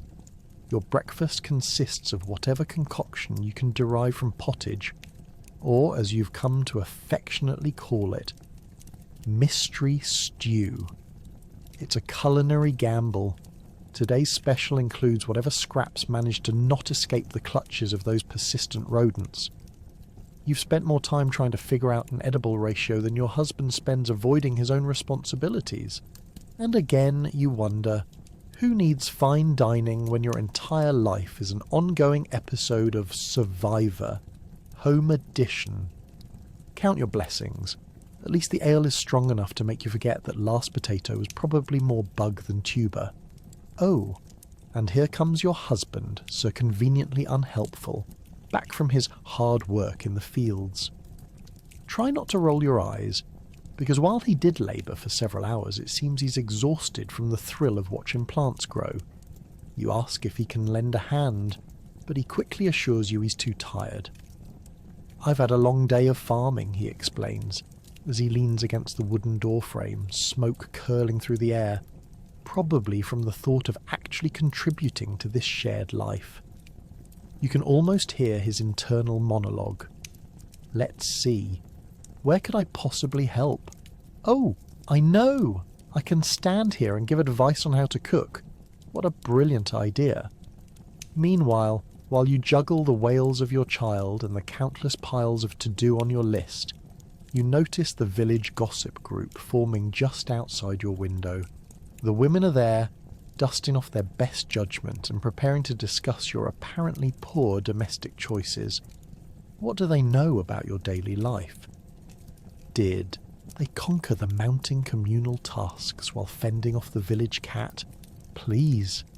They probably don't even know how to mix ale and dough at the same time without setting a wooden spoon on fire. And somehow, you're still expected to tutor your baby in the art of humility while keeping your sanity intact. Now let's address the lurking giants of motherhood, exhaustion and guilt. Every moment you steal away for a breath of air is met with the guilt-laden whispers of society echoing in your ear. Because isn't that just a cruel twist of fate? You realise that between every frantic task and meal prep, life has dropped you into a revolving door of expectations, where guilt sits snugly next to motherhood like a persistent, unwelcome visitor. How could you think of taking a break? Aren't you aware that your household relies solely on your existence? And just when the dust settles, Oh no, wait. You forgot to clean out the sheep stall. This could be a community service announcement in the making. Medieval mom caught in a muck. Step aside while you wrangle mud-caked boots and carry scrubbing implements, like a warrior brandishing a noble sword. You've earned those battle scars, and you'll wear them proudly like an award of survival. A kind of rustic medal of honour that reads, "I survived the great culling of diaper days, and all I got was this crusty tunic." But in the thick of it all, the endless toil, the doubting looks from neighbours, the fatigue layered deeper than your last invented pottage recipe, there exists a flicker of truth. You're not just surviving, you're laying down a legacy, trying to change the script. Your little one is learning resilience by simply watching you tackle the absurdities of everyday life, and if that's not a picture of strength, you don't know what is. Amid the muck and the disappointment, you'll emerge victorious, shoulders not just weary, but undeniably strong from the weight of levelling this chaotic domestic kingdom around you. And as night falls and you tuck your child in next to you, you realise you might be just a medieval mother in a tiny hut, but in this world of rustic absurdity, you're a warrior preparing to rule a kingdom amidst the absurdity of it all. The trials are relentless, the chores never-ending, but the heart, oh, it keeps beating confidently, reminding you the best days are yet to come. Days start to meld together. Is it Monday or Thursday? The calendar has become just another word that exists outside your crumbling brain. Time ticks, and you experience the chilling truth that the only appointments you'll ever keep again are related to your newborn's explosive diaper situations. Welcome to motherhood in the medieval ages, where time is just a suggestive concept governed by the cries of your baby and the lingering scent of spoiled pottage. You sit there, bleary-eyed, wearing the same dress you've had on for 3 days, an outfit that's starting to look like a tapestry of despair. Was that a stain from a goat or a remnant from last week's dinner? It's a mystery you choose not to solve. On top of the whirlwind that is an unkept home, you also have the preposterous notion of cooking for a family. Less food, more chaos, and let's not even discuss the real-world snacks that have been replaced by whatever you can foraged in the backyard. You know, just a light foraging for edible weeds to complement the weak broth you've been producing. The rhythm of screams and silence. Maybe there's a method to this madness hidden in the alternating rhythm of baby cries and blessed silence. You've become a part-time detective, trying to decode the different types of screams that echo off the walls. A shriek that echoes like a banshee usually signifies hunger, while the sudden quiet could mean your tiny human is either dreaming of sugar plums or in the midst of a mischievous plotting session involving chewing on your only piece of furniture. As a woman in the medieval era, you don't really have a manual on child rearing. Forget Google or parenting books. Instead, you receive gloriously unhelpful advice from your neighbours. Just swaddle them tighter, they say. That's what my Aunt Gertrude did before she went off the deep end. And you think, ah yes, tight swaddling, the ancient remedy for an adult's nervous breakdown. Meanwhile, your spouse, if he's lucky enough to just be wandering into the room at the moment, is perfectly content playing with a goat outside while you juggle nap times like a circus act gone awry. The illusion of sleep. Let's talk about sleep, or rather, the illusion of it. At this point, you've mistaken the urge to sleep for an elaborate game of how can I stay awake while sitting on a splintered stool. Yes, you've truly found the ultimate form of self-torture. Naps? What are those? They've been glossed over in the chronicles of time. You find yourself reminiscing about the days when your biggest worry was whether to bake bread or brew ale, both of which no longer seem like viable options now that you have the endless responsibility of a new life, lingering in a crib fashioned from a cow's old food trough. When your head finally sinks into the wood of your rough-hewn table, you find yourself startled awake by the unmistakable sound of a chicken laying an egg. Did that hen just reduce your chances of sleep to a precious 2 minutes? You swear the universe conspires against the idea of a peaceful moment, and yet sporting that glazed-over look is now part of your parenting attire, like a badge of honour at this point. Don't be alarmed when you glance at your reflection and think, do I look more like a harried new mother or a descended creature from the swamp? The cycle of days. In wild contrast, the day-to-day activities churn on. Oh look, it's laundry day. Which reminds you that a medieval laundry service isn't like calling the nearest laundromat.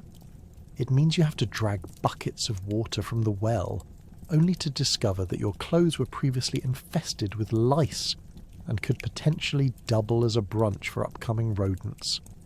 What a delightful realization as you fling them into a makeshift washing area where more dirt and mud are the primary accomplices. And don't even get me started on the kitchen. No fancy slow cookers and certainly no microwave dinner options. Just you, your wits, and whatever you can scavenge from the hut's fridge, also known as a small unopened cupboard filled with fermented items you pray won't send you into a spiral of despair. A wistful reflection, then you get into a contemplative mood. What happened to time outside of numbers? Where did purpose travel to in your life?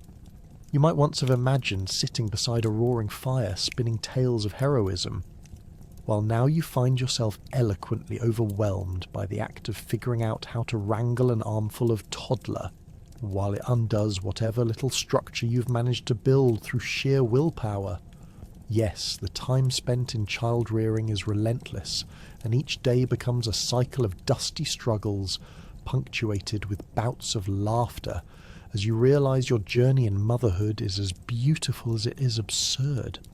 So pass the time, dear medieval warrior, and ride the waves of chaos like your ancestors would have taught you. Each shriek, each messy meal is part of the continued story of survival, written through the ages, making you the unwitting hero of this timeless tale. Honestly, the notion of self-care in the medieval days translates to, how long can you go without washing your hair before everyone mistakes you for a woodland creature?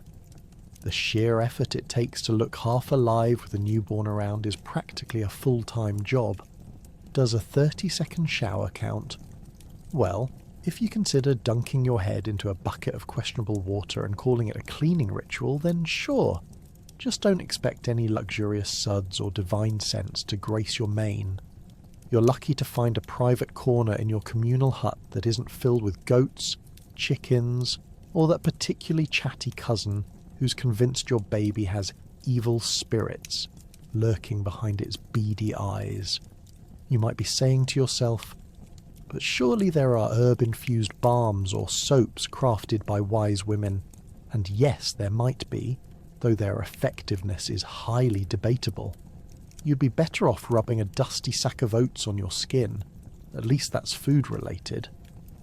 Most women's beauty routines revolve around scavenging whatever herbal scraps are left after making a somewhat dubious dinner, all while hoping they can remember which root was meant for relaxation and which one sends you into a delightful coughing fit. It surely keeps things exciting, and don't even get me started on those hair care methods. You're armed with the knowledge that your lovely tresses could actually attract and maintain lice. Fair trade-off, right? When you do manage to find time, between the endless cycle of diapering and regurgitating, it's often much easier to slap on a headdress of dried flowers and call it fashionable. Sure, you might sacrifice comfort for style, and those dried twigs may scratch your scalp, but who wouldn't want to look like a medieval hipster while nursing a cranky infant? As if finding time to wash isn't hard enough, there's also the issue of hygiene products, or a lack thereof. Tampons. No thanks. You're stuck with layers of wool, or, if you're really feeling adventurous, some creatively shaped clumps of hay.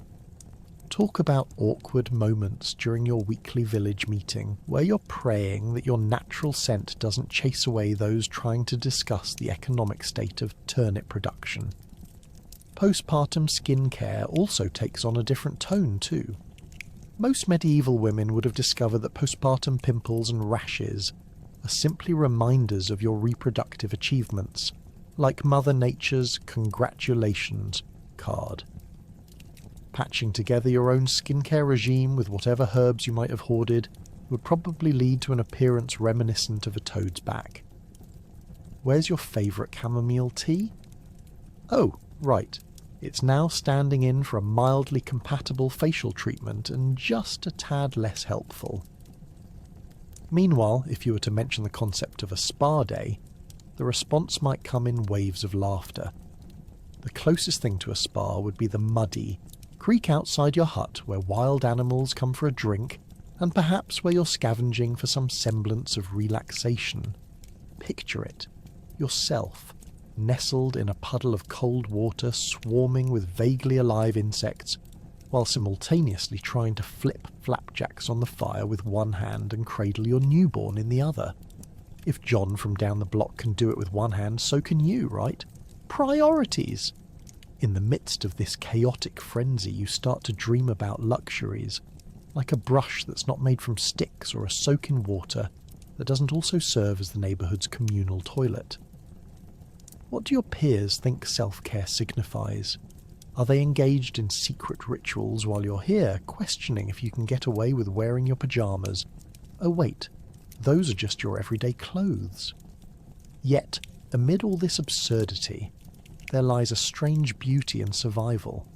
Women in this era somehow endure the unendurable, juggling newborns, livestock and social expectations of cleanliness, without the luxury of a decent facial scrub. This resilience turns life into an art form of motherhood that can only be celebrated by future generations, though them receiving a box of organic skincare products in the mail will feel like the cosmic joke of the century. So, as the foggy memory of your pre-baby self tries to bubble up through the chaos, you find solace in realizing that self-care, no matter how barren, comes not from fancy lotions or bubble baths, but in the shared camaraderie of motherhood. After all, it's this messy, delightful reinvention of self that shapes not only you, but the next generation, feeding off that very dirt your baby's second cousin once played in. Now, that's what I call character building. In the end, no one said you'd win any beauty contest while aiming to keep a baby alive, but by merely surviving, you've earned a crown worthy of the rough and tumble world you've navigated. So, go ahead and rock that frizzy mane. Here's hoping those woodland creatures think twice before approaching your glorious mess. And let's not forget the men folk. They're there, sure, but often as passive observers. You almost want to throw them a baby to see if it'll knock some sense into them. It appears the greatest contribution many could make involves standing too close to any edge of the hut without fear of tipping over. Picture a gathering of well-meaning husbands and fathers, arms crossed, nodding sagely while you strive to bear the weight of childbirth, as if you were a heavy-duty wheelbarrow, and they were just the curious squirrels hoping to catch a glimpse of your remarkable struggle. You can practically hear them saying, "Ah yes, childbirth. Quite a heroic feat indeed," as they sip their ale, oblivious to the symphony of labour pains that rivals the most chaotic of village fairs. Now, if you think that earning a medal for watching from the sidelines sounds ridiculous, welcome to the medieval wisdom of gender roles. In this era, it was widely believed that men had little to contribute during the actual birthing process. They arrived at the hut not as assistants, but more like the silent partners in a profoundly uncomfortable magic show, the kind where the magician's assistant does all the heavy lifting, while the magician stands there twirling moustaches and bowing awkwardly. It's as if the men believed that hovering nearby would somehow channel their alpha energy into your labour. Unfortunately, all they managed was to confuse you so profoundly that you considered shouting, "Get your nose out of here and fetch me a bucket." Ah, the strength of patriarchy. Between bouts of squirming and discomfort, you wonder if these men had ever really looked at the implications of their role. Do they truly believe that bantering about last week's sheep shearing contest qualifies as emotional support? Because if that's the case, you may as well be arguing with a bard about the finer points of goat herding while expelling a tiny human. The debates about land and livestock rates seem light years away from this moment where your body is, let's face it, a scene straight out of a horror play. You wish that someone would create an incentive program to get men involved. Perhaps something like, for every diaper you change, you earn a roast chicken. And while the midwife is busy confirming the baby's position for the 4th time, the men churn in confusion at the door, combining the roles of concerned looks with what could only be described as shuffling from one foot to the other. Is it a natural instinct to be near the breadwinner of the household while they're feeling the world's most definitive strain? It looks more like a bad town meeting in which everyone wants to discuss the weather, but no one wants to ask why the cattle keep escaping. Moreover, in their eyes, your suffering seems like the ultimate spectacle, the local event they didn't know they signed up for. If societal life were a game, then clearly they all collectively checked the gear spectator box. Suddenly you feel like you're on stage at a comedy club, improvising all alone, only to have the audience think it's their cue to shout suggestions when you're struggling to find any comedic relief from the exertion of labour. That said, if you could extract some bit of hope in this historical misalignment, it's that women began to band together. The midwives and women folk would rally around, creating an intimate circle where storytelling mingled with pain, a bonding that promised to filter through generations. As you got closer to birthing that tiny human, stories started to echo about the lives of the labouring women who came before, their joy, their dread, but mostly the wisdom that they safely tucked away in heartbeats now part of the greater tapestry of life. As you push through that last wave of agony, finding that secret well of strength that was always there in the depths of your being, you realise it's not about those clueless menfolk watching from the sidelines. It's about the fierce sisterhood that gives you the power to endure, a bond that transcends age and circumstance and whispers that you are not alone in this. So, while the men can hold their drinks and watch wide-eyed, you know that in that hut, surrounded by the women bustling about with generous laughter, punctuated by sincere hope, you're creating lifelines of compassion, so that perhaps the next time the village men take a stance close to the doorway, it'll be with an earnest desire to toss a baby, or at least a breadbasket, your way. And in the chaos of labour, camaraderie pulls you through, leaving the men outside wondering what just happened. Because in this fierce moment of collective effort, you and the women of the village have rewritten the whole narrative. And before you bask in the joy of managing just one tiny human, let's remember the dreaded, what's a better idea than one baby? Enter 2 babies. That's right. Society expects you to keep birthing until your back breaks and your knees surrender. It's like an ancient game of, how many more can I juggle without dropping one? It's not just about one child. Think of it as a tragically joyful contest where other women are your cheering section, dressed in dirt and hope, ready to celebrate when little Marjorie takes her first step or little Edmund drops a teething ring. But let's be realistic here. Are we talking about births, or did someone suggest adopting the entire village while you're at it? You see, back in the medieval ages, the concept of family planning was as foreign as toilet paper. It simply didn't exist. The notorious little ones kept popping out like rabbits between visits to the nearest mud pit, and it was generally accepted that if one survived, may the odds be ever in your favour with number 2 and 3, and while you're at it, let's just start a small battalion.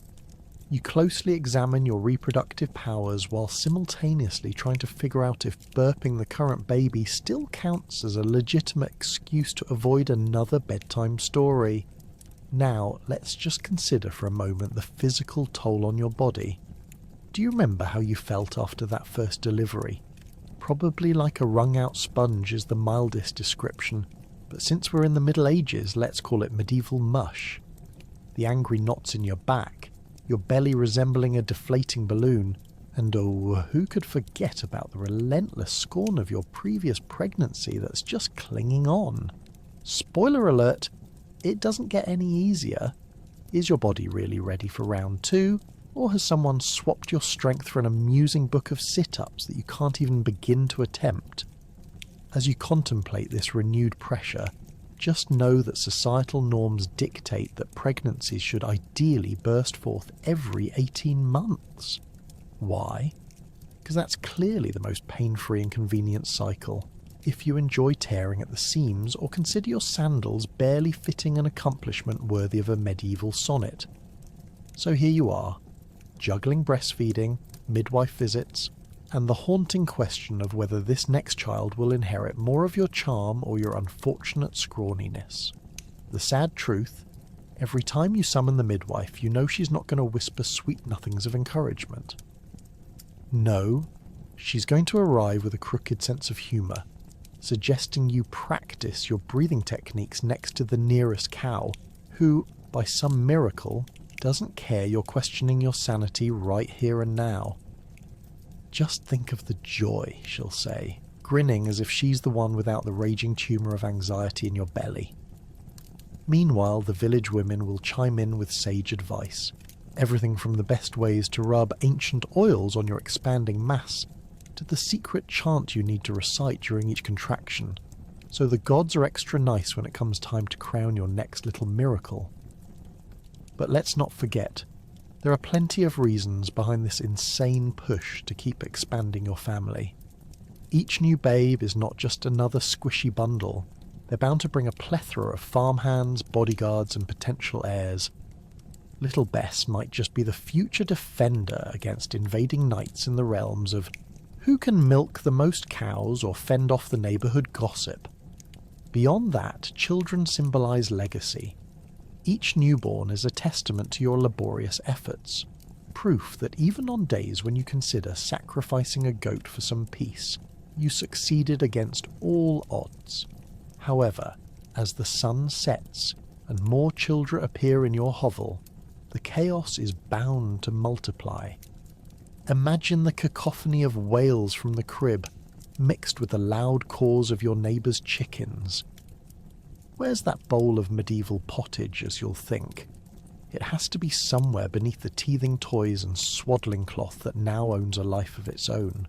You may find yourself asking if it's possible to negotiate with the tiny humans who each want their share of your scant brain space. So here you stand, a perpetual birthing machine with the audience of life cheering desperately from the sidelines.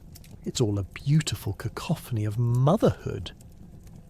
The truth is, there's a part of you that wonders if you could maybe just take a break, sit upon your haystack throne, and ponder the practicalities of adopting an army of trained rats instead.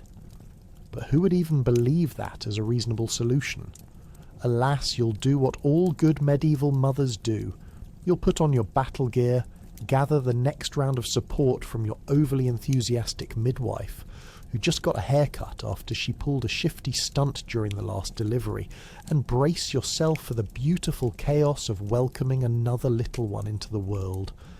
After all, as every villager will surely remind you, the joy of motherhood is shared among those at the bottom of the medieval totem pole, where survival and love blend into a thriving circle of life, or at least a carefully orchestrated display of adorable chaos. If you thought you were safe postpartum, you're mistaken. The cycle culminates back into heartache as illness looms large over everyone you love. It's as if you're signed up for an emotional roller coaster, where thriving is just a minor pit stop before a train wreck of loss is set to derail your confidence. With each passing day, the joy of new life is shadowed by an all too familiar sense of dread. The knowledge that disease is lurking just beyond the horizon, waiting to swoop in like a ravenous hawk looking for its next meal. In medieval times, your home was less of a protective haven and more of a cosy incubator for all manners of pestilence. Yes, that beautifully decorated straw mattress may cradle your sweet child, but it also creates the perfect environment for rats, insects, and whatever else nature decided should exist within a 5-foot radius. Picture this: a hard-working mother just trying to navigate the murky waters of motherhood, only to find herself battling invisible enemies, the germs of life threatening to swallow everyone whole.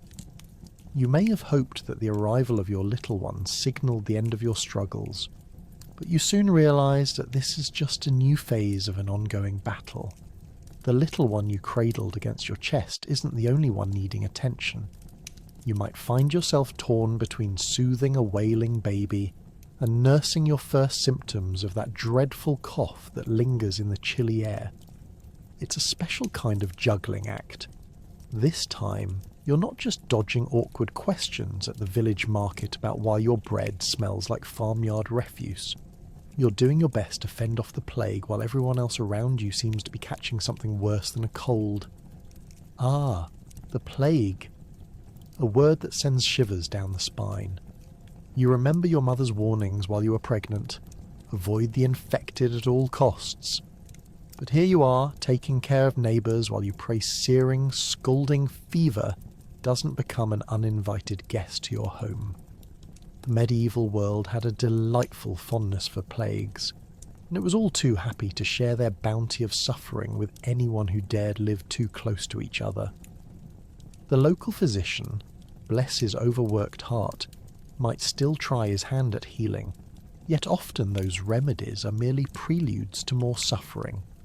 If you're lucky, he may offer a potion made of questionable roots or a randomly acquired leech, because nothing says healing quite like an enthusiastic bloodletting. As if your postpartum blues weren't enough of a punch in the face, there's a growing ledger of grief looming over your head, akin to a family reunion that lasts too long and turns dark quickly. Alas, not every new life makes it through the gauntlet of medieval mortality. Still, life marches on, and so must you. You push back tears as you shuffle through your daily chores like a medieval zombie, a shadow of your former self racked with worry. The warmth of your child's giggles feels like treasure on chilly afternoons, but that laughter only serves to deepen your fears. You can't shake the feeling that you somehow let down your community without even realising it, as if insidious forces are conspiring around you, cackling over supper at how poorly you've managed to raise the next generation.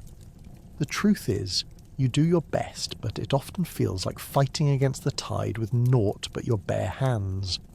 The arrival of another child, an event you initially anticipated with stars in your eyes and heart, now hangs over you like a begrudgingly accepted reality.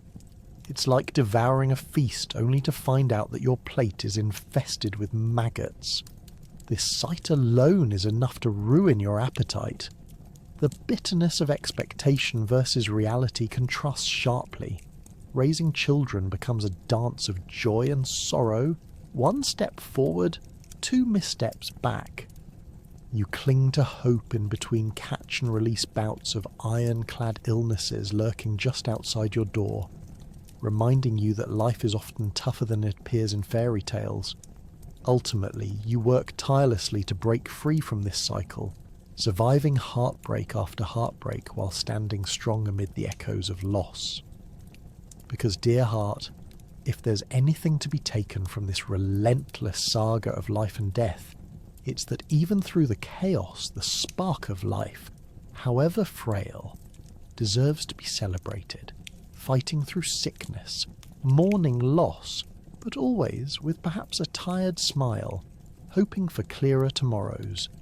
In the end, even the bleakest times won't dim the incredible light that new life brings. Take a moment here to breathe, allowing life itself to be interpreted through the lens of both suffering and love. There's room for both in your journey, and maybe just a glimmer of something beautiful. And as you lean into the idea that someone out there may help heal all this chaos, enter the village medicine woman. Armed with little more than dubious herbs, you start to understand you're either on the brink of miraculous recovery, or a new recipe for trouble, delivered directly to your door under the name of simplistic guidance. As she enters your humble abode, you suddenly feel as if fate itself might hinge on her next move. This is not an ordinary visitor. She's a hodgepodge of mystique and questionable charisma, donning a robe that hasn't seen a good wash since summer, and a headscarf that might be hiding secrets or maybe just yesterday's lunch. The aroma is potent, a complex mixture of something vaguely medicinal, perhaps a hint of lavender, but mostly it's simply the smell of what could only be described as cautionary tales. "Ah, my dear," she croaks, clasping your hand with surprisingly bony fingers. "Have you been feeling under the weather?" If you didn't know better, you might think she was casually trying to diagnose you with a plague, the common cold, and a chronic case of the sins all in one breath. But let's face it, you would rather have a vague pipe dream of recovery than endure another sleepless night with a howling infant.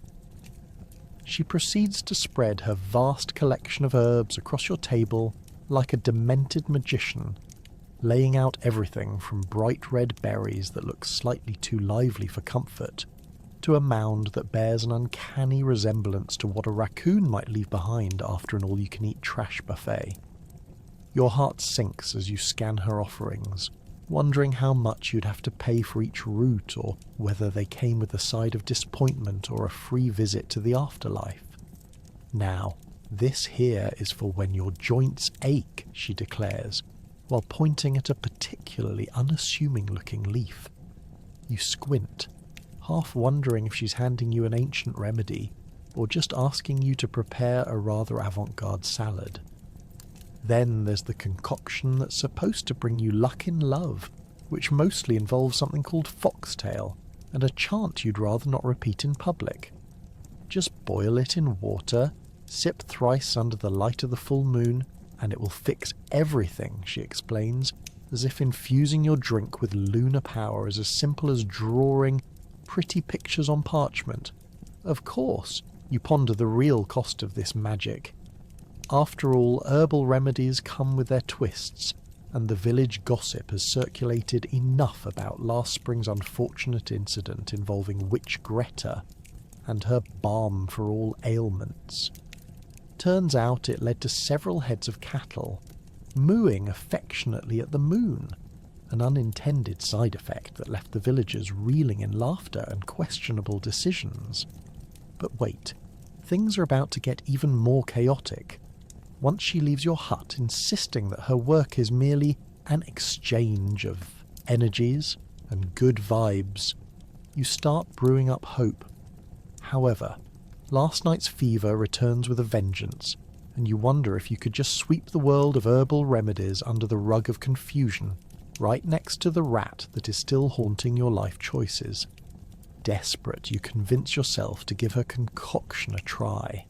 What choice do you have, really? You toss your carefully curated preparation into what barely qualifies as a cooking pot, and watch the colours combine in ways that might be safe, or should at least come with a health warning. As the potion simmers, you're reminded of an old Welsh proverb. A little too much of a good thing is always a bad idea, and for a moment, you genuinely entertain the thought of just sticking to conventional wisdom. That is, consuming actual food instead. All that chopped sinew and petrified root may not be the culinary delight of the century. As you hold your new elixir in one hand and the shame of your decisions in the other, a shriek echoes from your infant, stealing the focus of your internal monologue. Your steadfast desire for rebirth and recovery is interrupted by your child seeming quite content with the idea of chaotic breathing patterns, punctuated by a few verbal outbursts. You realise that despite the alluring allure of the medicine woman's herbs, perhaps you should just join the ranks of the mothers who have figured it all out through sheer stubbornness. But ultimately, who needs herbs when you have love? Or at least a fiery spirit motivated by the promise of coffee in adulthood? Maybe the true remedy lies not in dubious potions or mystical arts, but in the unwavering support of community, and maybe a solid dose of sanity. After all, as the village struggles against the tides of time, you're bound to emerge on the other side, perhaps a little weary and way more chaotic, but stronger still, armed with the wild, untamed stories of motherhood that could rival any medicine woman's manual. So here's to the medicine woman, restoring hope in the most unconventional ways, as long as you can survive her remedies. Here you are, neck deep in children and the sweat of do-it-yourself parenting, only to find yourself in an age-old debate. Do you raise them to follow the old traditions, or do you create a new set of ideals that make sense in a crisis-riddled world? It's a question as tangled as the braids in your child's hair, which haven't seen a comb since the last goose chase. Should you lean on the wisdom of the ancients who fought off beasts and survived famine, or do you embrace the new age idea of allowing your children to express their feelings and possibly start a book club?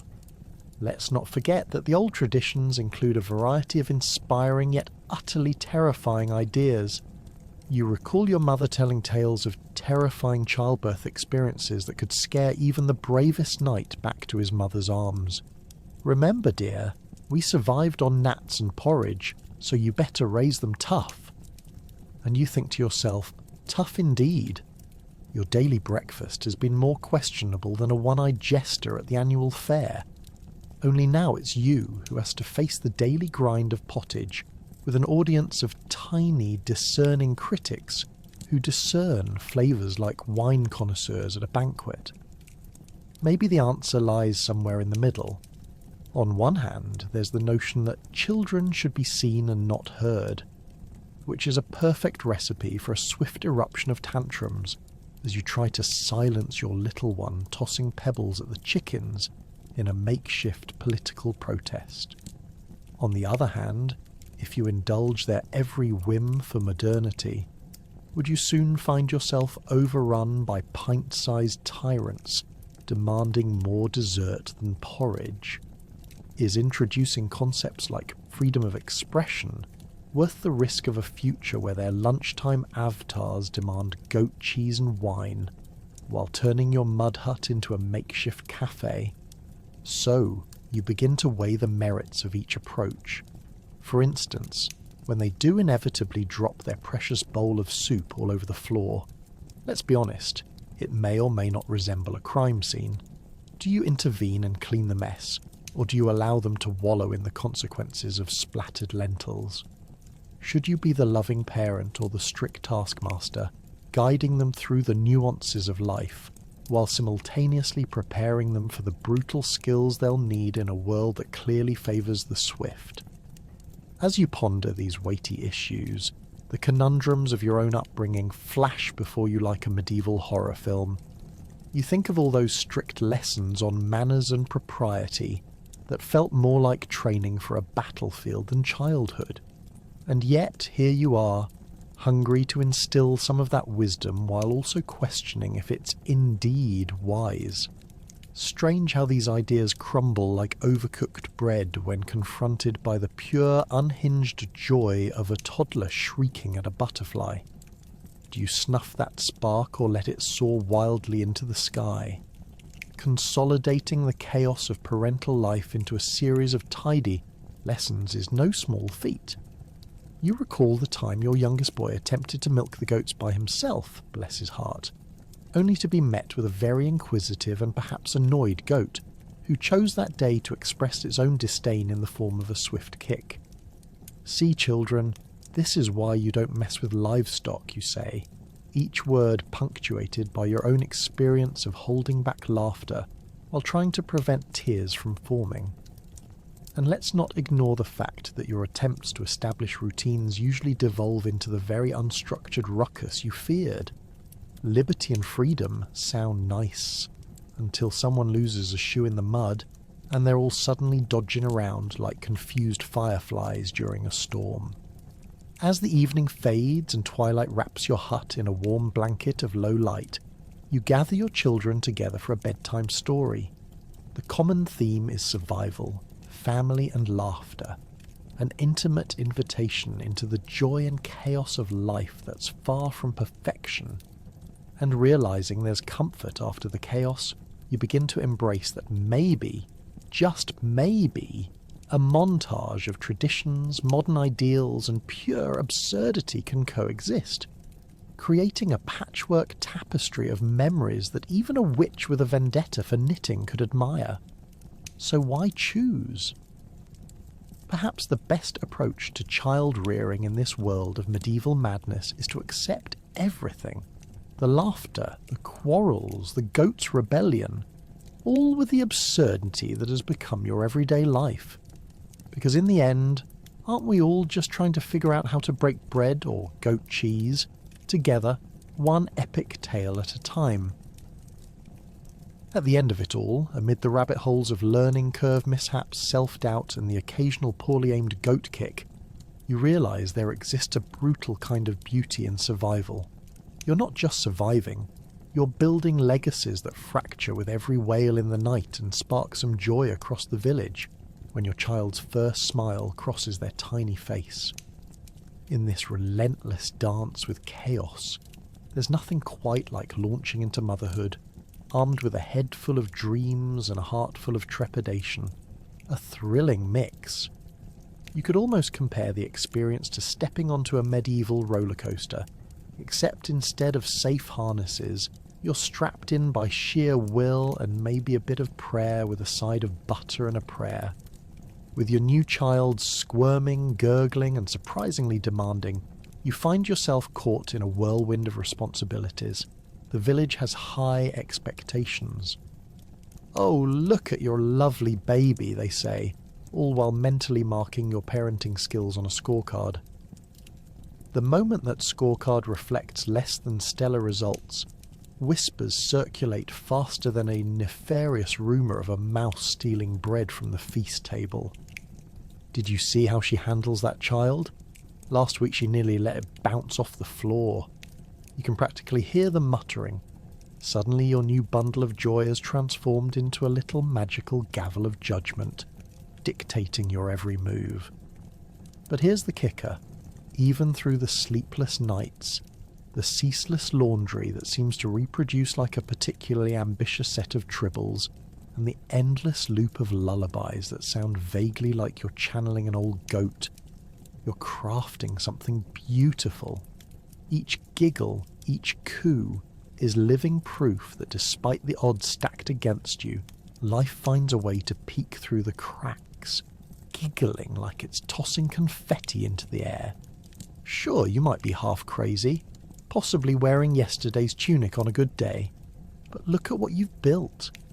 As your infant learns to crawl, it becomes a mini explorer, more curious than a cat at a fish tank.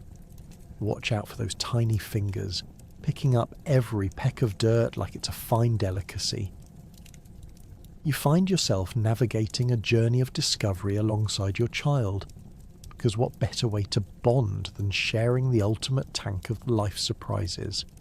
A petri dish of dirt.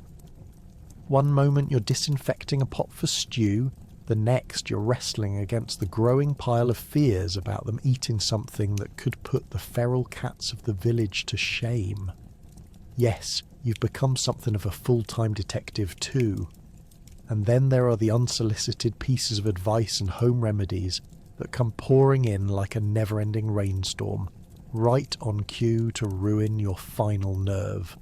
Oh, just rub some of that mystery salve from the herbalist into the child's ear. It cures everything.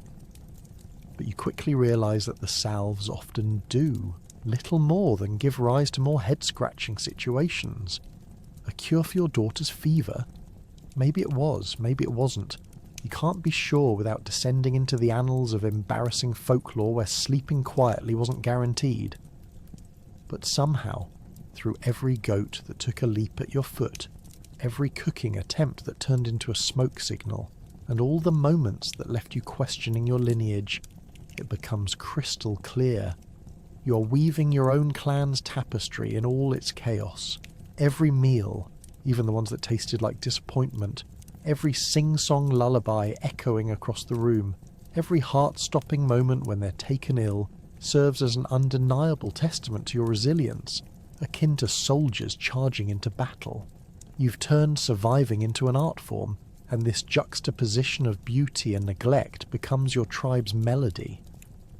As seasons shift, and the children grow up amidst goat dung and laughter, you realise you're not merely existing, you're creating a legacy. It might be one lined with the occasional nail, the deeply imperfect tales of survival and heartfelt moments, each chapter telling the story of tenacity against the backdrop of life's unpredictability. So if you're merely surviving today, applaud that you're more than what meets the eye. You are a force, a legacy in the making, not just for your village, but for centuries to come. You might just be the reason someone grins widely tomorrow when they recount the tales of epic struggles as if they were simply a part of a legendary ballad. Now that's something to celebrate. I hope this expansion captures the essence of the segment with both humour and warmth, while aligning with the overall soothing tone you're going for. Let me know when you're ready for the outro, or if there's anything else you want to tweak.